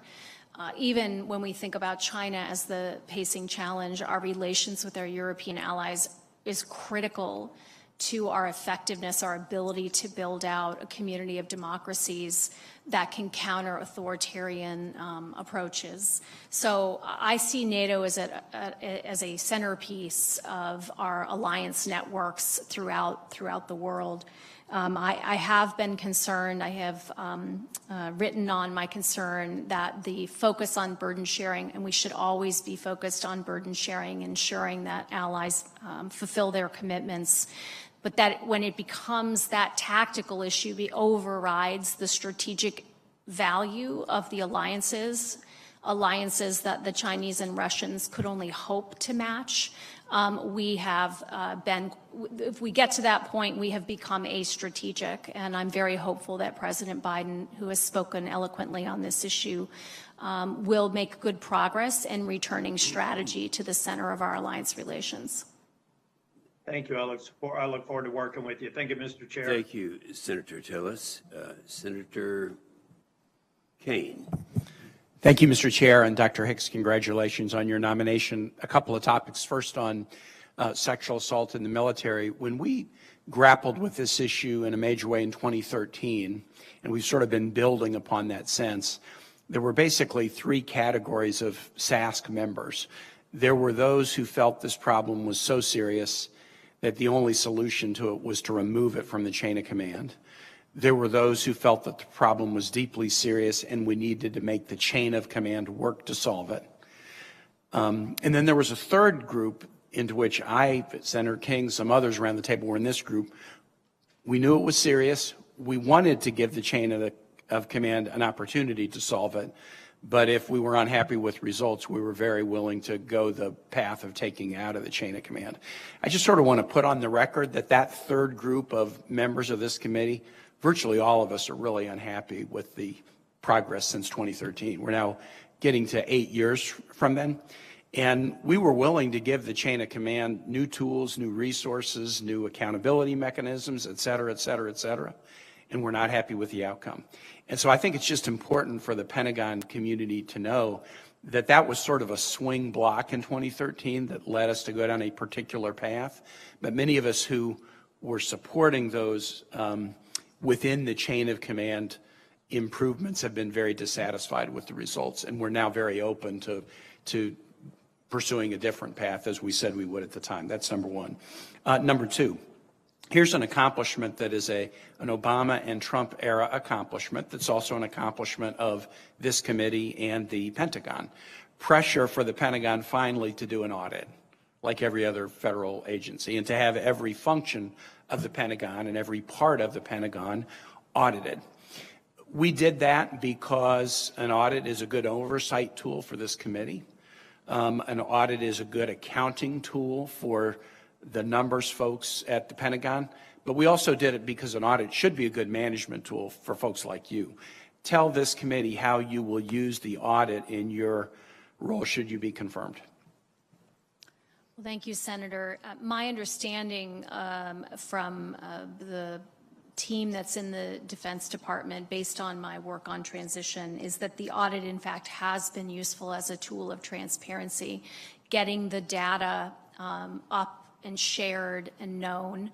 First of all, points directions to some of these business process improvements that we can have, but then even operationally, it's had the effect of revealing inventory, excess inventory, things of that sort, that not only, again, is efficient, but gets real capability out to the field, spare parts that exist in inventory that are needed in the field, but we didn't know we had them. So the audit has revealed some of those very basic approaches, as you say, that every business has to abide by and is advantaged by. I think it has also pointed more generally to the value of data. And as we move into an era of data, the department needs to move there too. And the audit is showing the way to how data can be leveraged to make more sound analytic decisions. I hope you'll continue that focus. Any dollar or energy we spend on something unnecessary or ineffective is a dollar that we're not spending on these real challenges we have before us. Last question is this. There are positions still to be named in the Biden administration under Secretaries of Defense for acquisition and sustainment and research and engineering.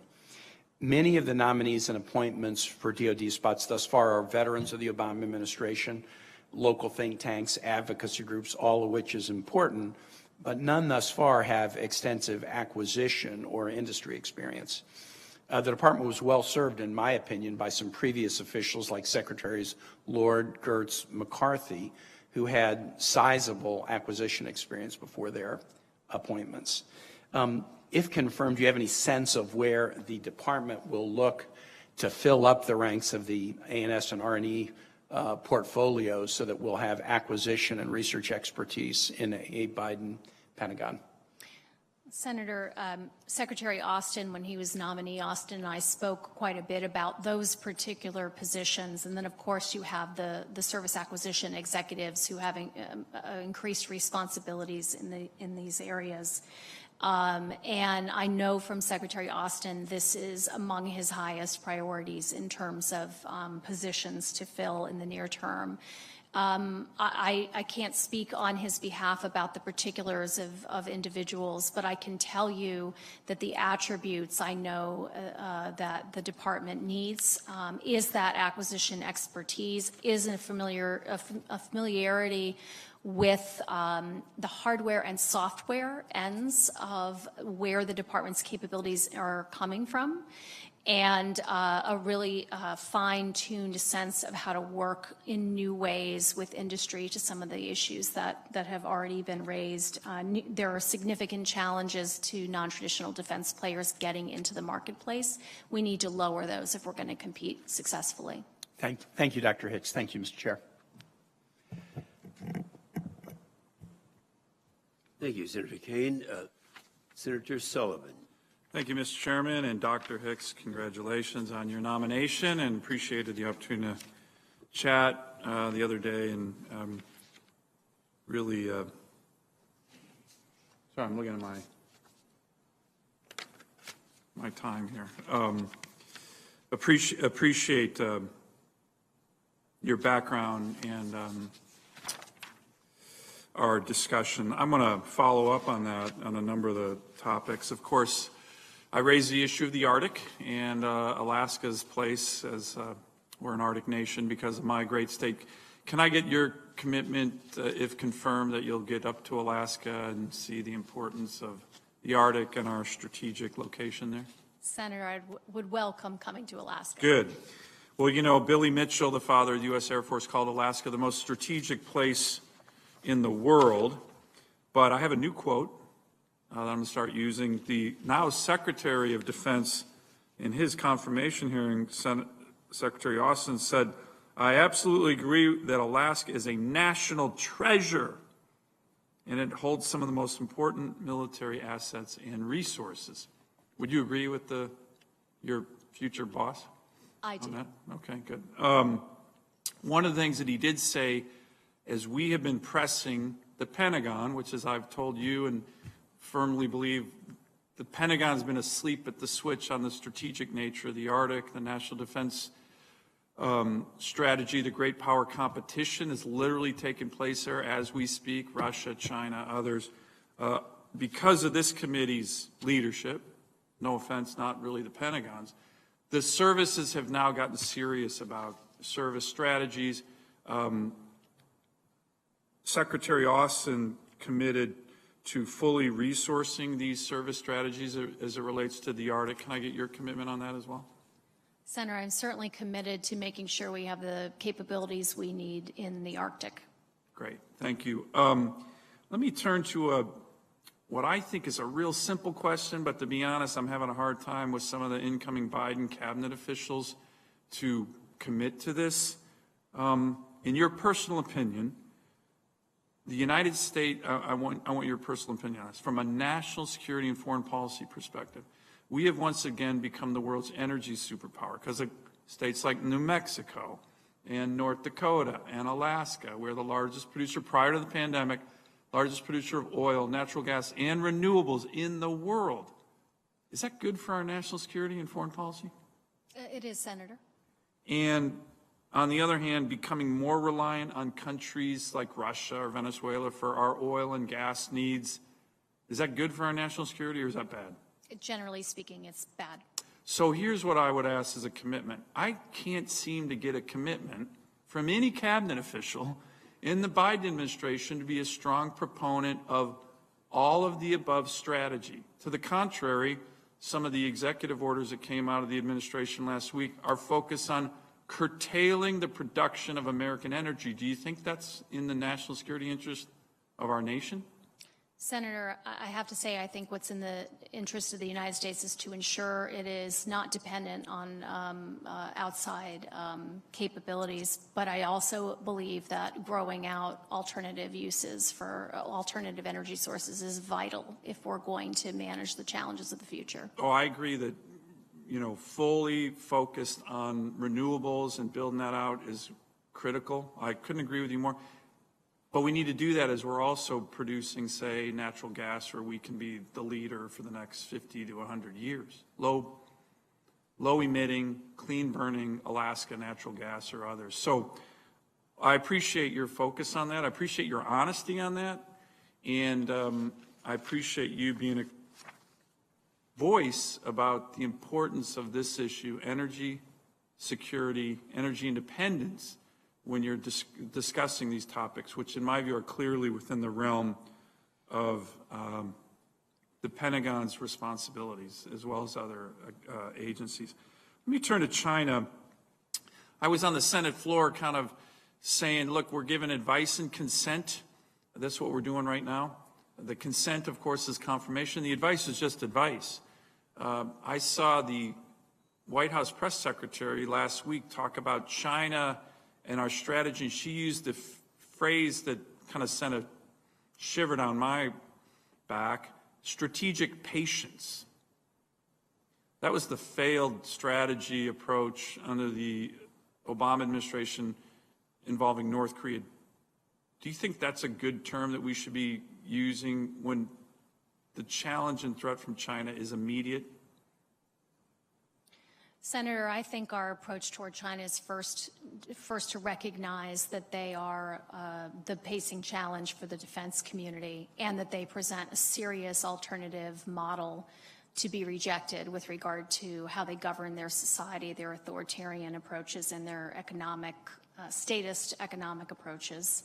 That's where I would center my view. I do think there are opportunities for the United States and China to work together. Those, generally speaking, are not in the defense realm, but even in the defense realm, there are confidence-building measures we should be pursuing so that we can prevent, as I said, so that we can prevent conflict between the two nations. Thank you, Dr. Hicks. I'll have more questions for the record, but I appreciate your service, and I think I'm certainly going to support your nomination. Thank you, Senator. Thank you, Senator Sullivan. Now via WebEx, Senator King.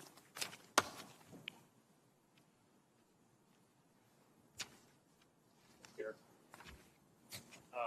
There we go. Thank you, Mr. Chairman. First, I want to correct the record geographically. My dear friend and colleague, Senator Shaheen, I think slipped, and I didn't want to leave any confusion. She characterized the Portsmouth Naval Shipyard as being between Maine and New Hampshire. If you do come to see us, Dr. Hicks, it's in Maine. I just want to clarify that, not between Maine and New Hampshire. More seriously, I want to associate myself with Senator Kane's comments on the issue of sexual harassment. I was one of those that opposed taking this out of the chain of command, have supported multiple reforms starting in 2013 that don't seem to have borne results. So I'm also in the camp of being receptive to more significant change. We simply have to confront this problem in a structural way. I think that has some hope of some solution. I also should mention that one of the changes we made was to criminalize retaliation. That does not seem to have been used, at least not very effectively, in the military justice system, and I think that's one of the more serious problems. To move on to just two or three questions. One is the National Defense Act last year essentially abolished the role of the Chief Management Officer. How do you see replacing that function, if not replacing the individual? We have to be sure that this enormous entity of the Defense Department is effectively managed. Give me some thoughts on replacing the function of the Chief Management Officer. Senator, first of all, I have been to Kittery, Maine, so I look forward to engaging in the New Hampshire, Maine debate over the shipyard. The Deputy Secretary of Defense is often thought of as the Chief Operating Officer of the Pentagon. My view is that that is an appropriate way to, generally speaking, think of the role. In order to bring business process efficiency and business transformation to the department, you need components and leaders at every level dedicated to making sure the return to taxpayer is appropriate, and again, that the focus is on the joint warfighter and providing what that warfighter needs today and in the future. So I think there are some shared responsibilities, but to the extent that the deputy is the chief operating officer, that position bears the brunt of the responsibility and focus. The current Deputy Secretary of Defense has put forward a memo with the abolishment of the CMO position that lays out the disposition of the responsibilities formally assigned to the CMO. If confirmed, I would want to look at the decision-making behind that memo, understand why he made those decisions, and make my own assessment about whether those are the right places to put those responsibilities. And I would look forward to an opportunity to coming back and speaking with you, Senator King, and others who are interested in this space to make sure that we're set up for success on the functions, as you point out, that need to carry forward. My concern is that if you have many people responsible, no one's responsible. And one of my philosophies of management is I like to have one throat to choke. That is someone who is accountable. I hope you will consider having in your office a person who's specially assigned to this function. Moving on to the question of cyber, Senator Rounds addressed it very effectively. You talked about we spend billions, and most of this hearing is about all the money we're spending to defend ourselves against potential attacks. I don't believe we're adequately defending ourselves against actual attacks that are taking place at this very moment. And so I hope that the issue of cyber, and you use the term deter our adversaries, the problem of cyber and deterrence is something that we really haven't wrestled with very well. So I hope that's an area that you will pay some special attention to, because as I say, we're spending billions to deter potential attacks, and I don't think enough attention is being paid to deterring and managing actual attacks that are underway at this very moment. Senator, I will commit to looking into that space, and I want to thank you for the work you've done as a leader on the Cyber Solarium Commission. I know the department already has been directed to adopt many of those recommendations. One specific I would recommend would be to facilitate threat hunting on the defense industrial base.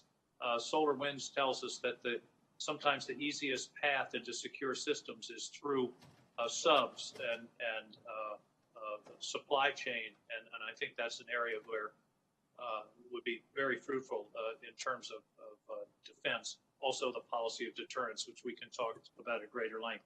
Finally, Senator Tillis talked about procurement.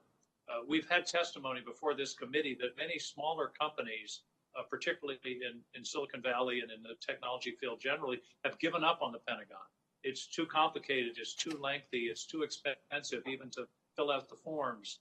I commend procurement reform to you in that regard, because if we're not taking advantage of the newest ideas, the newest technologies, we're going to lose our qualitative edge, which you have defined as important. So I hope you will consider the procurement program from the point of view of a 12-person IT firm in Seattle or Portland, Maine, or Austin, Texas, and how we can make the procurement system manageable for that kind of operation? Senator, I completely agree with you, and this ties into several elements of conversation that have come up this morning. The department has begun to pursue an adaptive acquisition pathways approach.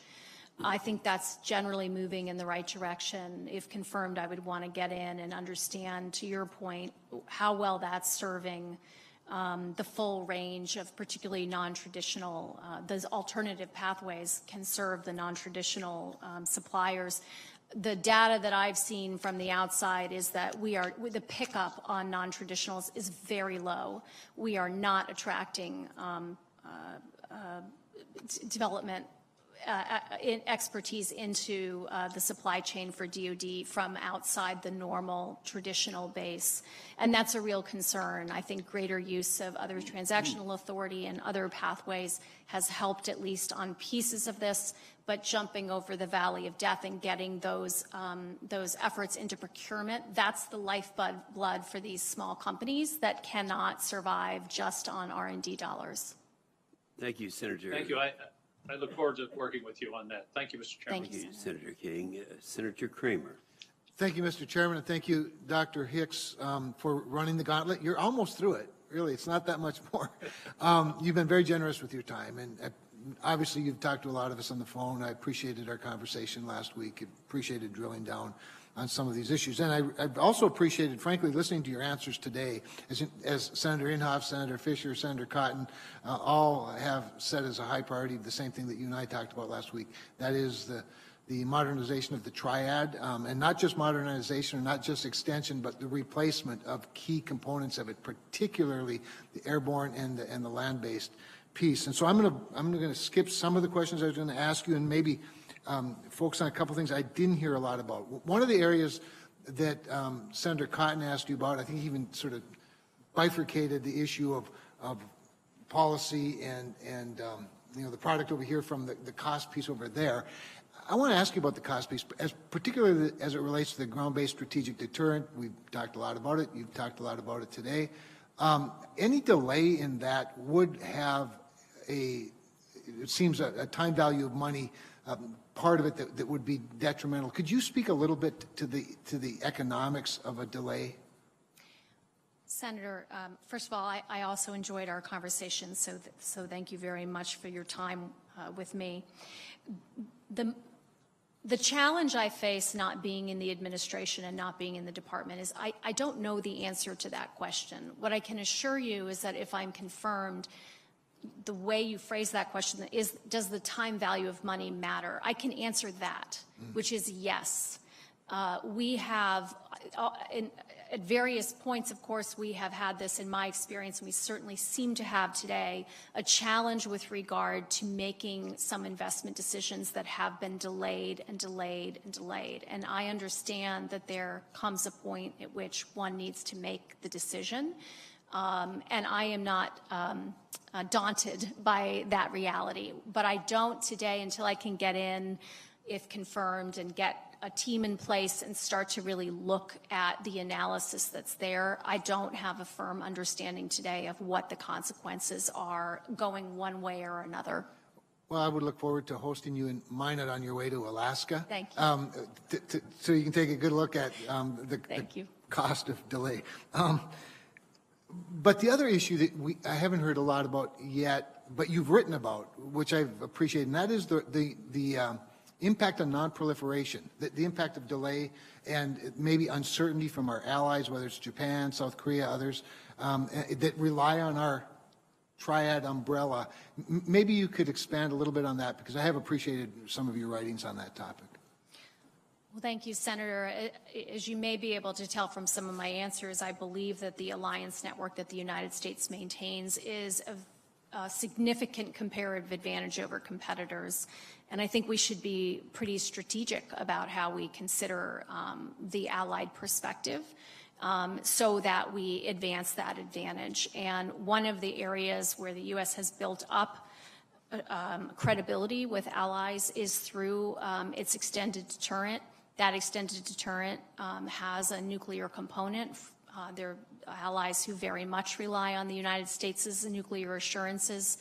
and that helps dissuade their own internal dynamics that might look to develop nuclear weapons themselves. It helps dissuade that viewpoint. So I think it has a significant non-proliferation benefit to the United States by keeping countries that might otherwise pursue nuclear weapons from doing so. Thank you for that. There are a whole host of other issues, but maybe I'll try to lump them all into one, and you can just respond to all of them.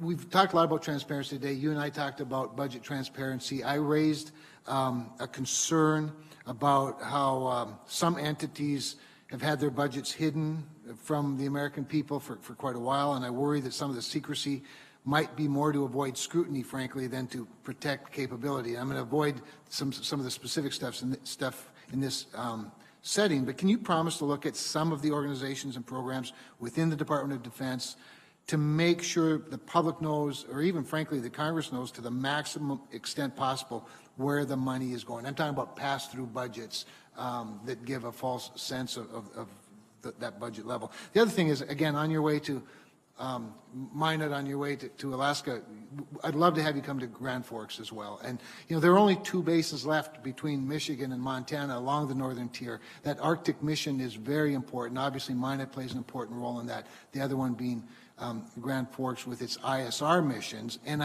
I'll just throw ISR out there as well. You and I talked about the importance of ISR, particularly in the Middle East, Africa, other places, and some of the cannibalization as I see it taking place to make room for these more modern systems. Just a sense of as the COO, I appreciate that illustration. What your thoughts might be on how we balance some of those budget stresses and strategic needs. Sure, Senator. Let me first comment on the transparency point. I will commit to looking into the questions around, in particular, the pass-through budget with the Air Force, but also more generally looking at the transparency questions to ensure we're telling taxpayers and, of course, members of Congress the maximum that we can do that is operationally safe and wise.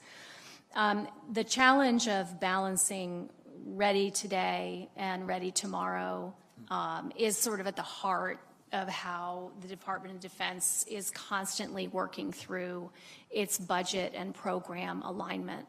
I think that tension will exist at any resource level, and I would anticipate that being a major issue that I would face if I were confirmed. I do think that the imperative to be ready tomorrow is very significant right now. I think the resources will always, as I said, be tight and can be especially tight right now. So we're going to probably have to think about doing things differently.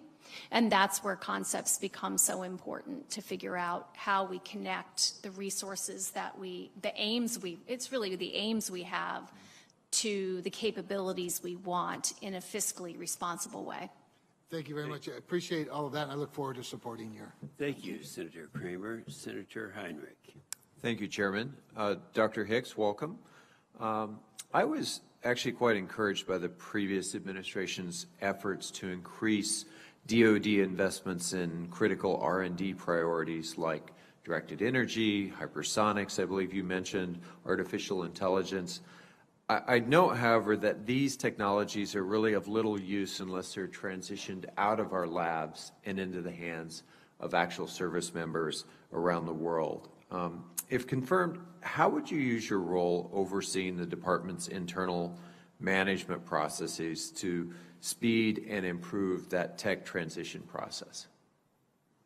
Thank you, Senator. First, I agree with you that there has been some positive momentum in key areas of R&D, and I do think a sustained level of R&D investment is vital. But also, to your point, we actually have to field capabilities, and that's a place where DoD has really struggled. Some of the tools that the deputy could have, working especially with the vice chairman of the Joint Chiefs of Staff, is to develop some incentive approaches to get field experiments underway, even beyond experiments up to major exercise level use of capabilities and prototypes that can start to demonstrate the value of some of these new approaches. And when we can demonstrate value, then we're in a much better position to have a dialogue with Congress and with industry about where those capabilities can take us, and that can help us overcome that valley of death. I also think that, frankly, we should be looking at how we think about new starts so that we can manage the appropriation cycle more effectively. If I were confirmed, I'd want to get in and understand what makes sense both from a congressional oversight perspective and from the department's perspective, especially in areas like software where the cycle time is so much faster than the typical appropriation cycle. Thank you. I would really encourage your focus on this issue, and in particular with, directed energy. I've watched as the experiments have been, proving themselves over and over again, but the desire within the Pentagon to sort of chase the perfect application when there are so many applications where it can provide real value to a warfighter now is a real tension, and I think is in many cases doing us a disservice. You helped lead the Biden team's transition at the Department of Defense over the last several months. I've read with great concern a number of public reports that the previous administration worked to block key transition officials from accessing critical information related to worldwide operations. What's your assessment of how those obstructions impacted important DoD programs and operations, and what can we do on this committee to give you and Secretary Austin the resources you need as you stand up this new team? Senator, I did have the privilege of leading the Defense Agency Review Team, and let me first say that the vast majority of folks that we worked with in the Pentagon were incredibly helpful, knowledgeable, forthcoming, and it's impressive every day, frankly, to have gone in and seen those military and civilian professionals doing their job. So the challenges we faced were really around a handful of folks that made things difficult. I think the biggest challenge that I will face if confirmed because of this is around budget transparency. The Trump administration worked on an FY22 budget. That's not unusual, but typically that information is shared with the transition team because the administration will owe to Congress a president's budget submission in the spring. So the inability to look at that information, the team, I think, after I was confirmed, so I was not a part of it, did have some ability to look at the information late in January. But I think it will cause some delay in the timeline by which we can give budget quality information back to Congress. So that would be the area I would ask for a little relief on understanding.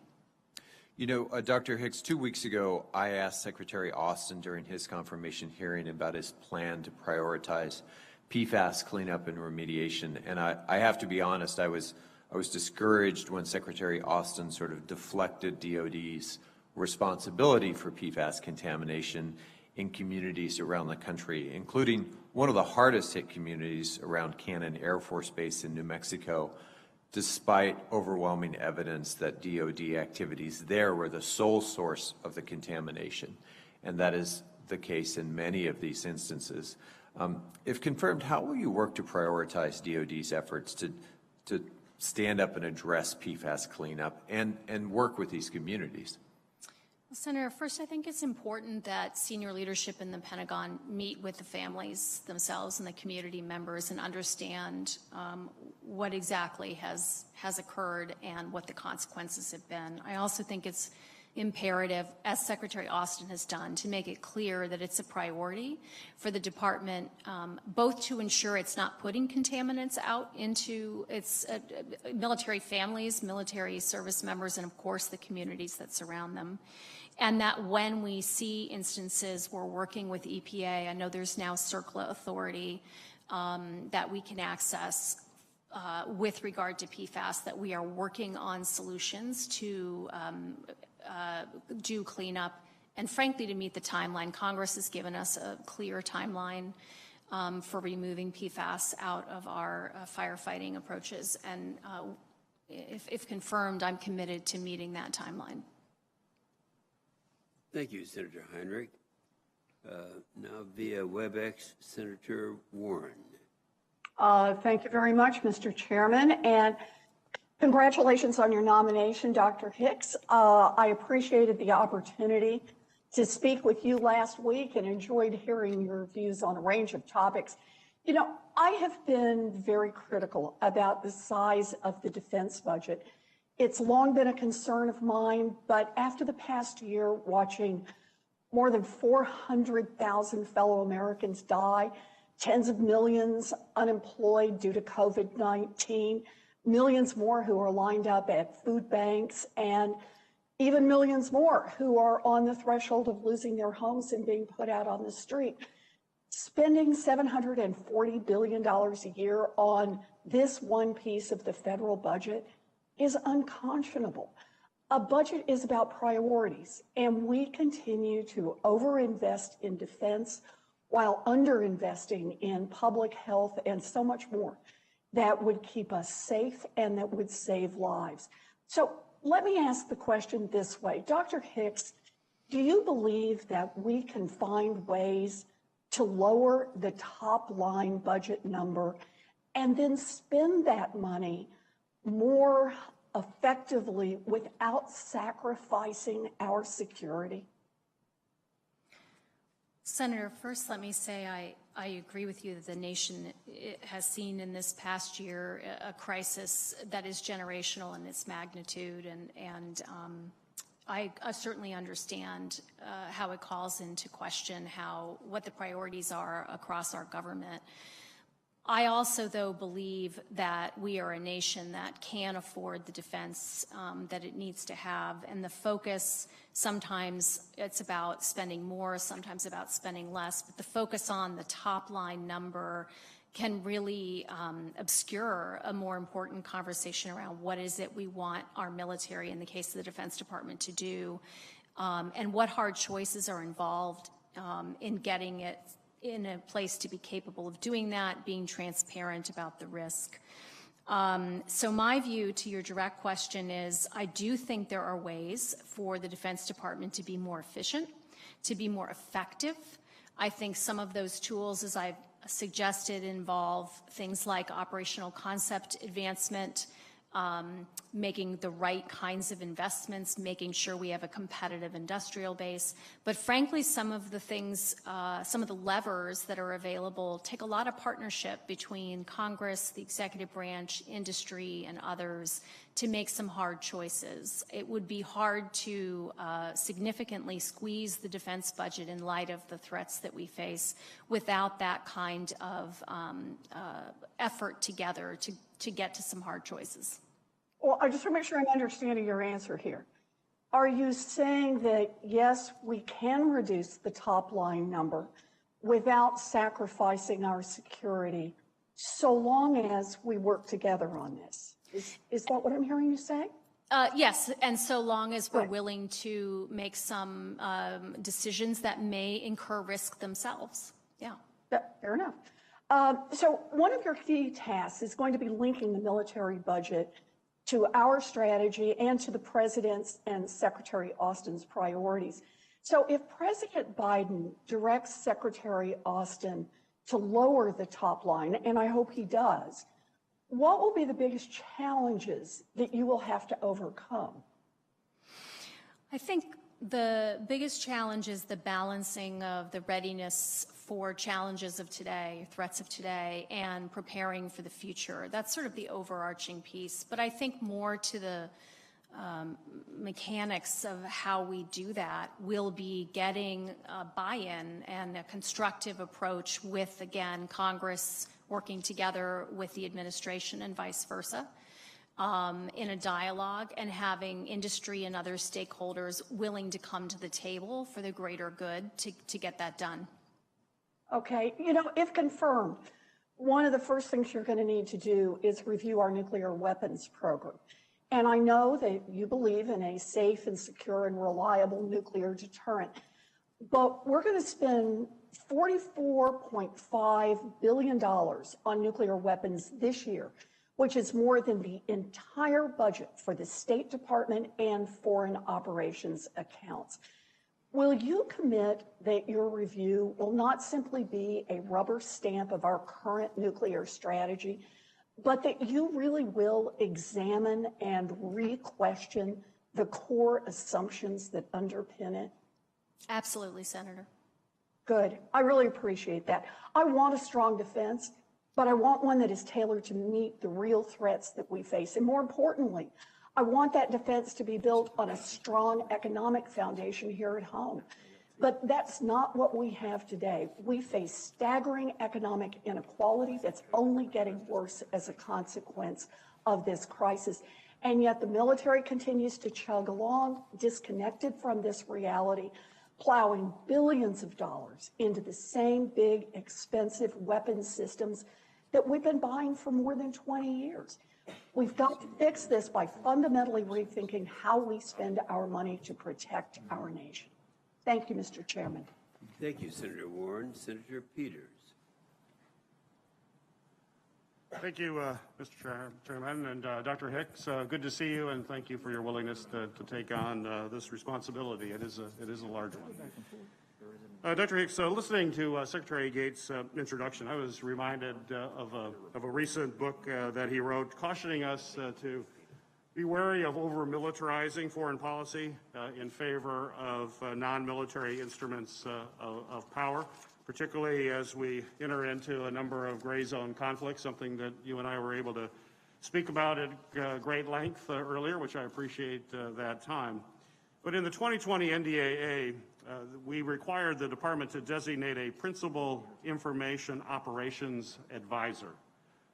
This responsibility was given to the Undersecretary of Defense for Policy.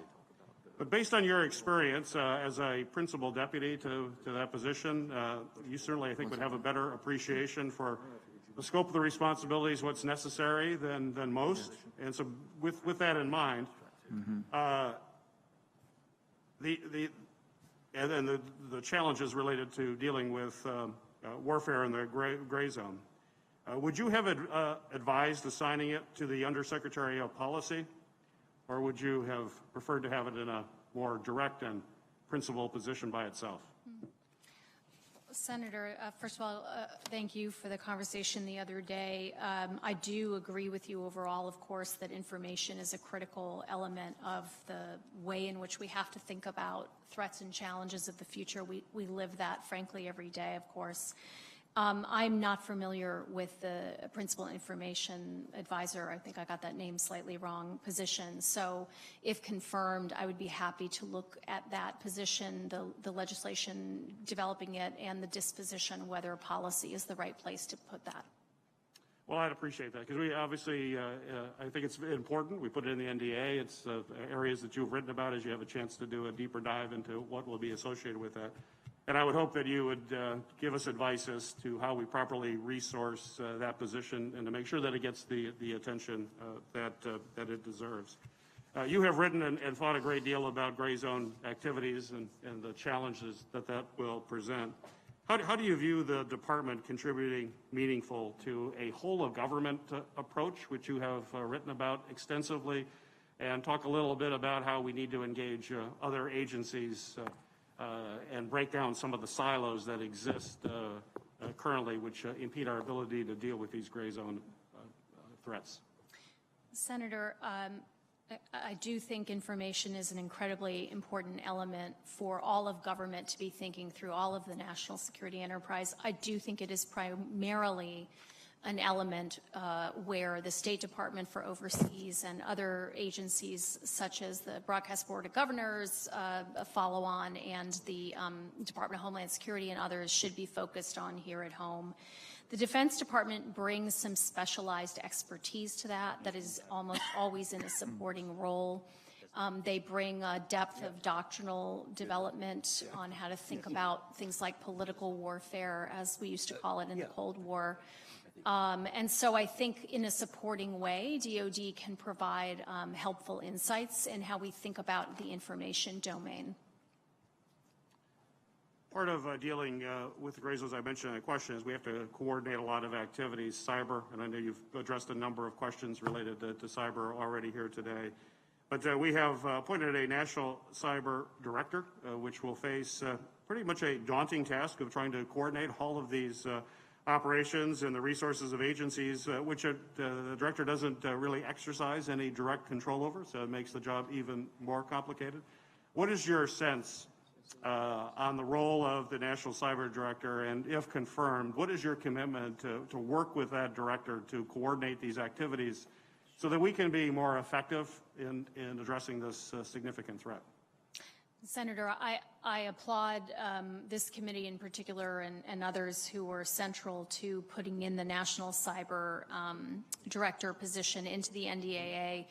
Cyber is a challenge set that we have learned, over a decade plus, has just constantly challenged us in terms of working across different elements of government, from even inside the intelligence community, let alone DoD. Again, DHS, which has significant responsibilities, and other actors. So I think the advantage of having that director is pulling a lot of those threads together and creating some unity of vision. If confirmed, it is my anticipation that I would work alongside other key elements in the department with that national cyber director to make sure that the DoD components of the solution set on cyber are moving in the right direction and supportive of the national approach. Thank you, Dr. Hicks.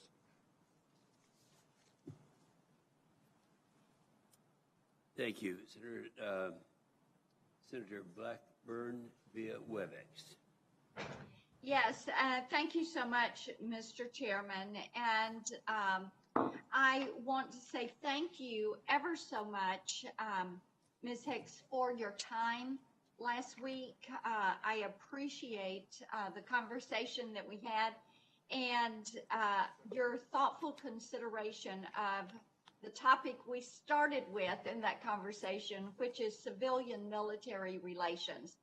And you know that this is important to me, that there is concern over the erosion of civilian voices in the Pentagon. This goes back, as we discussed, into the Obama-era budget cuts, which we saw that lead to a diminishment of morale and really a breakdown of structure in the Pentagon. So moving forward, we must have a very healthy cadre of career civilians in key oversight areas for an efficient and effective Pentagon that really fights our wars and serves the needs of our service members. And I appreciate your perspective and your comments on that. We also talked about China and cyber and space and the vital importance of public-private partnerships. And as I told you, I discussed this with General Austin. So for the record, I'd like for you to touch on how you will view these public-private partnerships with companies, with universities, our national labs, which we also discussed, to make certain that we are standing strong against great power competition and that we are ready for the challenges that will come to us. Senator, thanks so much for raising both of these issues. Let me start with the first. I, of course, think we should be as efficient as possible in the delivery of capability in the Defense Department, but it is my view that we have, in the efforts to gain efficiency, we have cut to the bone on civilian oversight in some key areas. If you look just at the prior conversation with Senator Peters on civilian oversight of policy, that's an area very near and dear to my heart where I know we have really cut out a lot of capacity and capability. And it's hard for the civilians to provide the necessary oversight if they aren't resourced appropriately for doing so. So I do believe, if confirmed, making sure that we can act on and execute on the responsibility for civilian oversight to create healthy civil-military relations is vital. On your second point about some of the challenges we face with regard to China and in many different domains and the need for public-private partnerships, it is my strong view that the United States if it leverages public-private partnerships effectively, can outcompete the Chinese civil-military fusion model. That model is statist. It is not taking full advantage of a vibrant private sector, and the United States has that advantage if it can tap into it. Tapping into it means, exactly as you say, working with our world-class academic community, our world-class national labs, and the sectors of the economy, the private sector elements that are working on some of the hardest problems that we face. If we can leverage those successfully, reducing barriers as we have discussed throughout the morning, I think that will put the United States in a much better competitive position than a China or a Russia. All right. I am going to end with that. You've been generous with your time this morning. I have a couple of other questions. One on nuclear deterrent, one on cost savings at DOD. I will send those to you as QFRs. And we also touched on workforce development in our phone conversation. And I want to get a couple of answers from you on that. But in the interest of time, I will yield back my 25 seconds. Thank you, Senator Blackburn. Senator Manchin. Thank you, Mr. Chairman, and thank you, Dr. Hicks, for being here. And I know it's been a long morning for you, but appreciate it very much, and also wanting to serve at the level you'll be serving at. And I look forward to supporting you. I would like to ask you something that we've been working on, which is the Chief Management Officer. And it's been kind of shuffled around and not paid attention to, and it's just such a vital position, I believe, to try to get our financial house in order. So I wasn't sure how your feelings would be about that. And you know, it's when you look back, the cultural resistance from the Defense Business Board and the GAO and all of them have been unbelievable. And there's some critical information I think it could really help us. So I didn't know what your commitment would be to that for national defense strategy, and if you believe we have the bandwidth to be necessary champion for the business reform. Senator, I think business reform is a vital element of the job jar for the Deputy Secretary of Defense, and if confirmed, I would put serious time and energy into that portfolio. The recent end of the CMO role was followed by the current Deputy Secretary of Defense putting forth a memo that explained the disposition of those responsibilities. And if I'm confirmed, I would want to get my team in place and look at that memo and the plan that's put in place to make sure it's effective. Sure. To follow up on that, you know, the whole culture of spend it or lose it. The spend it or lose it culture. Yeah, I think that's within government across the board, but especially in defense, which is the biggest purchasing agent. Yeah, I think we have to change that. Yeah, I think we have to change the incentives around how you promote business reform, and exactly if the incentive structure is you only get your money if you spend it inefficiently and can hold on to it and hide the ball, we're never going to get the business reform we need. So we need to change the incentive structure. We found out in the state, when I was governor at state level, basically if we rewarded the agencies that didn't spend it all rather than wasting it, gave them a little bit of bump the next year because of the savings they had, it made them be more prudent because they weren't penalized. Might be some things we could talk to you about. I think it'd be really great. It doesn't take a whole lot. The other thing is on holding the prime contractor that does business with us, the big boys, the Boeings and all them, hold them accountable for basically the security of their networks down into their subcontractors. That's where we're getting picked off. That's where basically the hacking, that's where all the information is being stolen from. That has to be secured, and it has not. I think we've identified it. They just haven't secured it. We're not holding there's no penalty for the big prime contractor to basically secure their subs. So they just rely on the subs, whatever, and you want to know how they get in the back door, that's where they come from. And the only thing we're asking for is hold those prime accountable financially, and also basically being able to continue to be in good standing to do business. I didn't know if that's brought to your attention or not. Senator, I would look forward to working with you and your team on exactly these kind of ideas. We have to change the accountability. We have to improve the accountability, change the incentives. The hard thing is you have people that basically keep asking the question, how can we spend more money than all the other challengers that we have around the world? and we don't get the efficiency from it. And I think it's basically, we're not afraid to spend the money. We just want to get results from it. And I think there's a lot of waste and redundancy that we could really work on. Now, my final question would be basically, how do you rate the threats we have as a country, our international threats? And if you'd rate whether it be China, Russia, Iran, this and that, what do you see to where we have to basically be on our game and step up our game, if not? Greatest threats. Yes, Senator. The United States has regretfully not been able to have just one threat that focuses its attention, and this period is no different.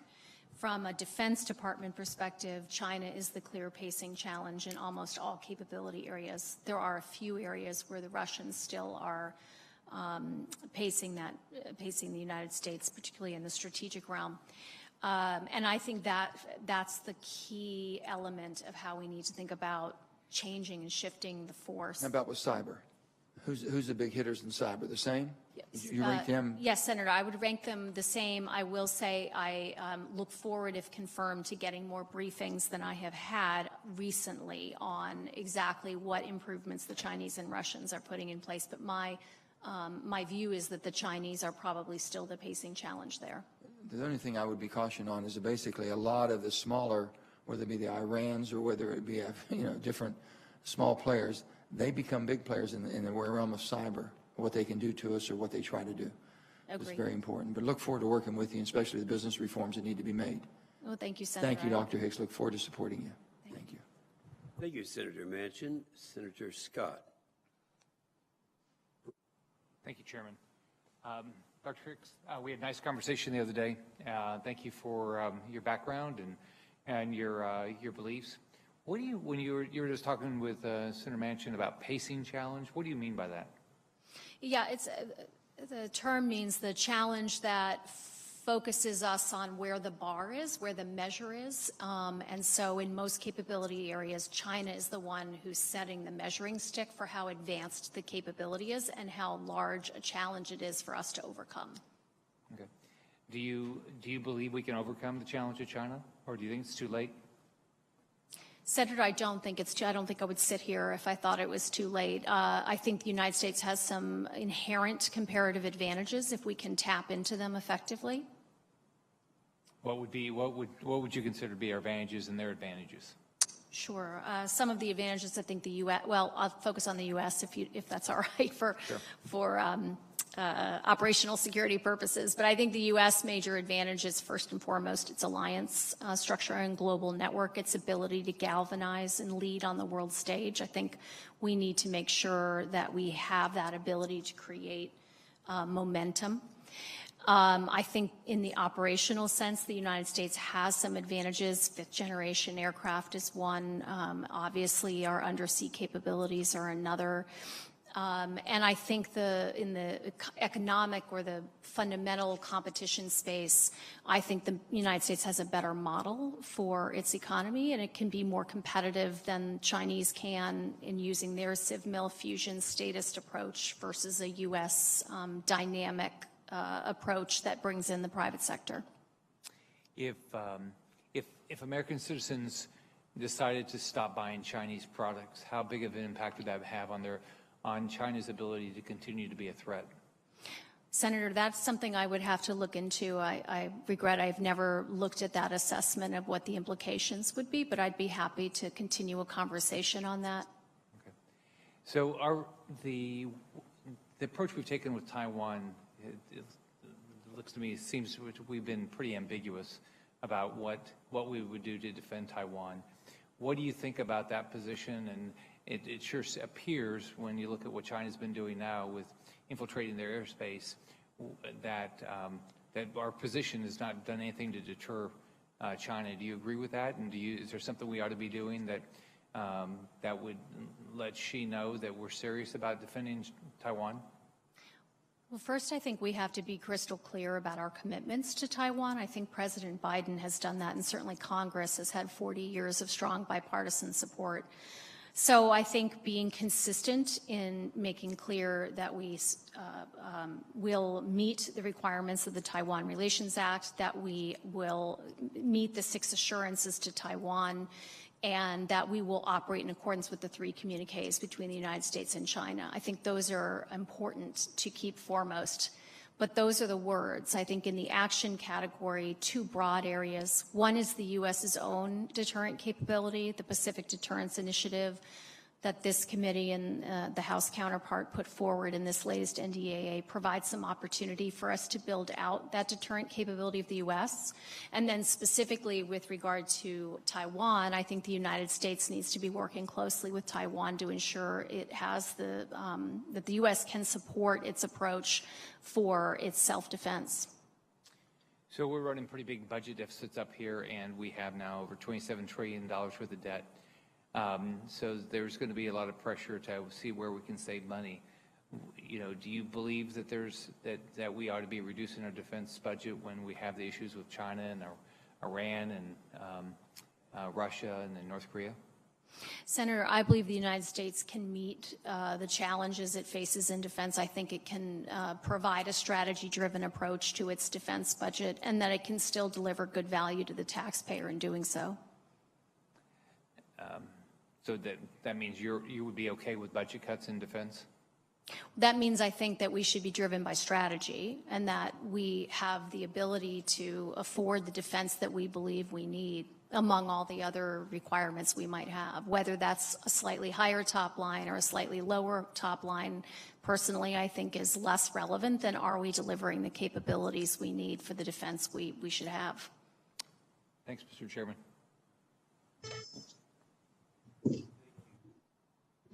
Thank you, Senator Scott. Senator Duckworth via WebEx. Yes, thank you, Mr. Chairman. I apologize. My webcam does not seem to be working, so I'm just going to be on audio. Dr. Hicks, it's good to see you again. I can see you. You can't see me. Sorry about that. After speaking with you last week, I am confident that your leadership would help the Department of Defense address some of the most urgent national security issues facing our country. I think you would bring substantial expertise to a critically important role, and you would bear much of the responsibility for day-to-day decisions that could shape the future trajectory of DoD for many years.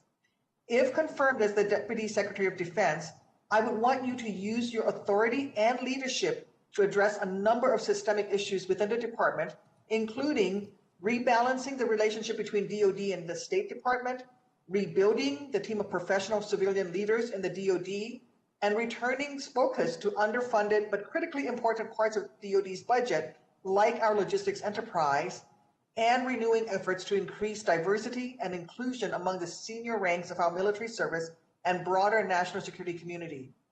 Today, though, I want to focus my questions on the most urgent issues facing the Department of Defense, competing with the People's Republic of China, the PRC. Dr. Hicks, I know that we agree that we must use a whole of society approach, and you've discussed this at length this morning, to present ourselves as a viable alternative to China for economic, military, and diplomatic partnerships, especially in the Asia-Pacific region.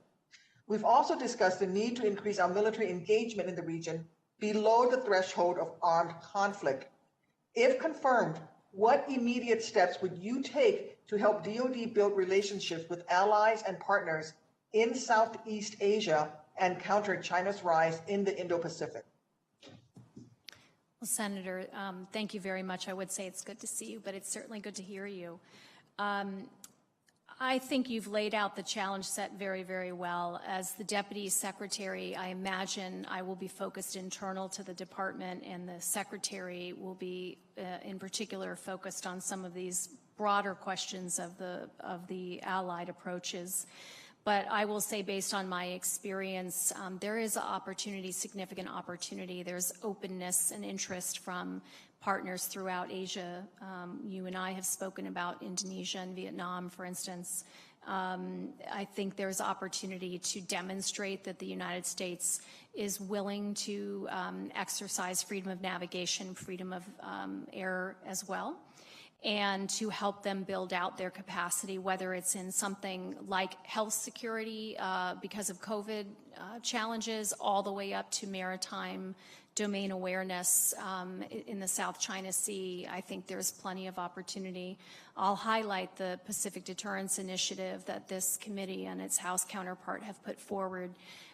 venue, an opportunity, a mechanism for the Department of Defense to put some good ideas forward to Congress to make sure we're fulfilling the direction that you have given the department in these areas. And if confirmed, I would look to be using my role helping to pull that budget connectivity to the strategy forward to make sure that we're filling that basket with some good initiatives. Thank you. We also discussed Senator Duckworth, let me interrupt just a moment. Senator Reed is presiding. Thank you. Thank you. Dr. Hicks, we discussed some creative approaches to improving our military partnerships in Southeast Asia, such as sending the Army Corps of Engineers to assist with flooding in Jakarta, Indonesia, or expanding our international military education programs so that foreign junior officers and senior enlisted could study at U.S. civilian institutions with ROTC programs, such as Northern Illinois University or the University of Georgia or any numerous places where there are wonderful ROTC programs. If confirmed, would you commit to exploring creative ideas such as these that could be implemented quickly and relatively cheaply to build stronger military ties, military-to-military ties with Southeast Asian nations in the near term? Yes, Senator, I would commit to doing so. Thank you. I bet you can guess what my next topic is, logistics. What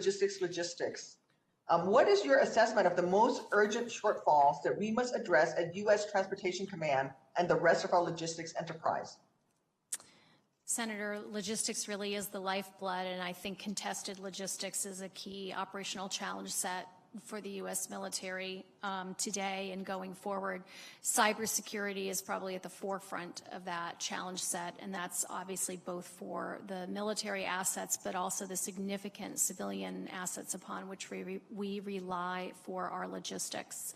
I think behind that would be the survivability of our logistics chain and our fuel consumption, and ensuring that we can have a light footprint with regard to logistics, maybe even leveraging capabilities that allow us to create capability in place. Thank you. And I have additional questions I would like to submit to you for the record that have to do with additional follow-up on logistics, and then also on diversity and inclusion within the DoD. And Mr. Chairman, I'd like to go ahead and submit those for the questions for the record. Without objection. Thank you. I'm out of time. Thank you. Thank you. On behalf of Chairman Inhofe, Senator Hawley, please. Thank you, Mr. Chairman. Dr. Hicks, thank you for being here. Congratulations on your nomination. Let me ask you about the National Defense Strategy Commission, of which you were a member. That commission wrote that, and I'm quoting now, successfully competing in Europe and the Indo-Pacific region while also managing escalation dynamics requires positioning substantial capability forward to deter and prevent a fait accompli by an agile, opportunistic adversary. Now, when I asked Secretary Austin about this, he responded that he agreed with that assessment. Let me just ask you if you stand by the Commission's assessment that the U.S. military must position substantial capability forward, I'm still quoting, to deter and prevent a fait accompli. I do. Very good. Secretary Austin also wrote in response to me that a combat credible forward deterrent posture is instrumental to the U.S. military's ability to deter and, if necessary, deny a fait accompli scenario. Do you agree with the Secretary's emphasis on the need for deterrence by denial, especially when it comes to a fait accompli scenario? I do. Let me ask you about, I'm glad to hear that also, thank you. Let me ask you about something that the President, State Department has recently said with regard to Taiwan. You were talking with Senator Scott a moment ago about Taiwan. President Biden's State Department has recently described America's commitment to Taiwan as rock solid, that's their words, which is exactly as it should be. With that in mind, do you think that China is more or less likely to attempt a fait accompli against Taiwan if it knows that we would be able to defeat such an attempt? Less likely. In that case, wouldn't you agree that we'd want to maintain our ability to defeat a Chinese fait accompli against Taiwan, and that would help strengthen our deterrence? Is that a fair assessment? It is, Senator. I would only add that Taiwan primarily also needs to be engaged in that defense. Absolutely. I think that's exactly right. Let me ask you about your experience previously in the Pentagon. President Obama tried to pivot to Asia famously when you were last at the Pentagon, but he and DOD in particular ended up getting drawn back continually into the Middle East due to events there. Can you just give us your sense, what does the department need to do differently this time around to make sure that we avoid the same outcome? Senator, the rebalance to Asia, pivot to Asia approach did precede both ISIS and the Russian annexation of Crimea. And those put serious stressors, particularly in a period of the Budget Control Act. So I think it's about, frankly, as Secretary Austin has said, matching resources to strategy, to policy, to the will of the American people. And we need to make sure that we have our defense assets and resources focused on the areas where the American public expects the Defense Department to be. Very good. Let me just ask you further on this subject. President Obama's former acting special representative for Afghanistan and Pakistan recently wrote, quoting now, "For the long term, the United States will need a counterterrorism capability that does not depend on a permanent U.S. military presence in Afghanistan." And she went on to say that the Biden administration should work swiftly to develop such options, including by ensuring U.S. capacity to mount operations in Afghanistan from outside the country. Do you think that DOD should be working with its interagency partners to evaluate and develop options along those lines? So, Senator, my view is that we have had 20 years of honorable service by our military members in Afghanistan, working alongside allies and partners. President Biden has ordered a holistic review of where we are on Afghanistan policy, and frankly, holistic review is the right approach. This isn't just about end strength numbers on the ground. This is about achieving the holistic approach related to counterterrorism and a few other areas that is important and what it takes to do that. So I'm very supportive of that approach, and if confirmed as Deputy Secretary of Defense, I would work in support of trying to determine what the right answer to your question is. Very good. And would you also support having the department brief Congress on its findings as these reviews that you've talked about get underway and then conclude and reach some deliverables so that we here can have an informed debate about the best path forward in Afghanistan? Absolutely, Senator. Thank you. Finally, I'm almost out of time, but let me just ask you about our allies. We're spending about 4% of our GDP to defend ourselves. That's a big number, as you've referenced several times today. Shouldn't we insist that our European allies, especially wealthier ones like Germany, spend at least the 2% that they agreed to back in 2014? Senator, I regret this is a slightly long answer from me, so let me try to do it more briefly than I probably would otherwise. I think we need to make sure that we're taking a strategic approach to what commitment means. I think we need to make sure that allies are as into the security relationship as we are. Sometimes it's through spending, sometimes it's through defense spending, and sometimes that commitment is expressed in other ways, and I think we should be strategic about how we consider those commitments. Can I just, Mr. Chairman, this is my last question, I'll stop. Just on that point, about your point about strategy, Dr. Hicks, isn't it a matter of strategic importance to us, however, that our European allies do as much as they possibly can for their own defense in Europe, precisely because, as you said just a moment ago, the pacing threat for us is in Indo-PACOM. We face a challenge there from the Chinese government and a rising China, such that we really haven't seen a peer competitor, the likes of which we haven't seen in our lifetimes. I mean, so isn't it a matter of strategic importance to urge our allies to do all that they can in partnership with us, but in their own defense? I do believe that. I think that's true of every ally. Thank you very much. Thank you, Mr. Chairman. Thank you, Senator. And Dr. Hicks, thank you for your very impressive testimony.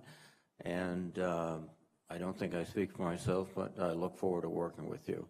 There are no further witnesses or colleagues. The hearing's adjourned. Thank you, Dr. Hicks. Thank you, Senator.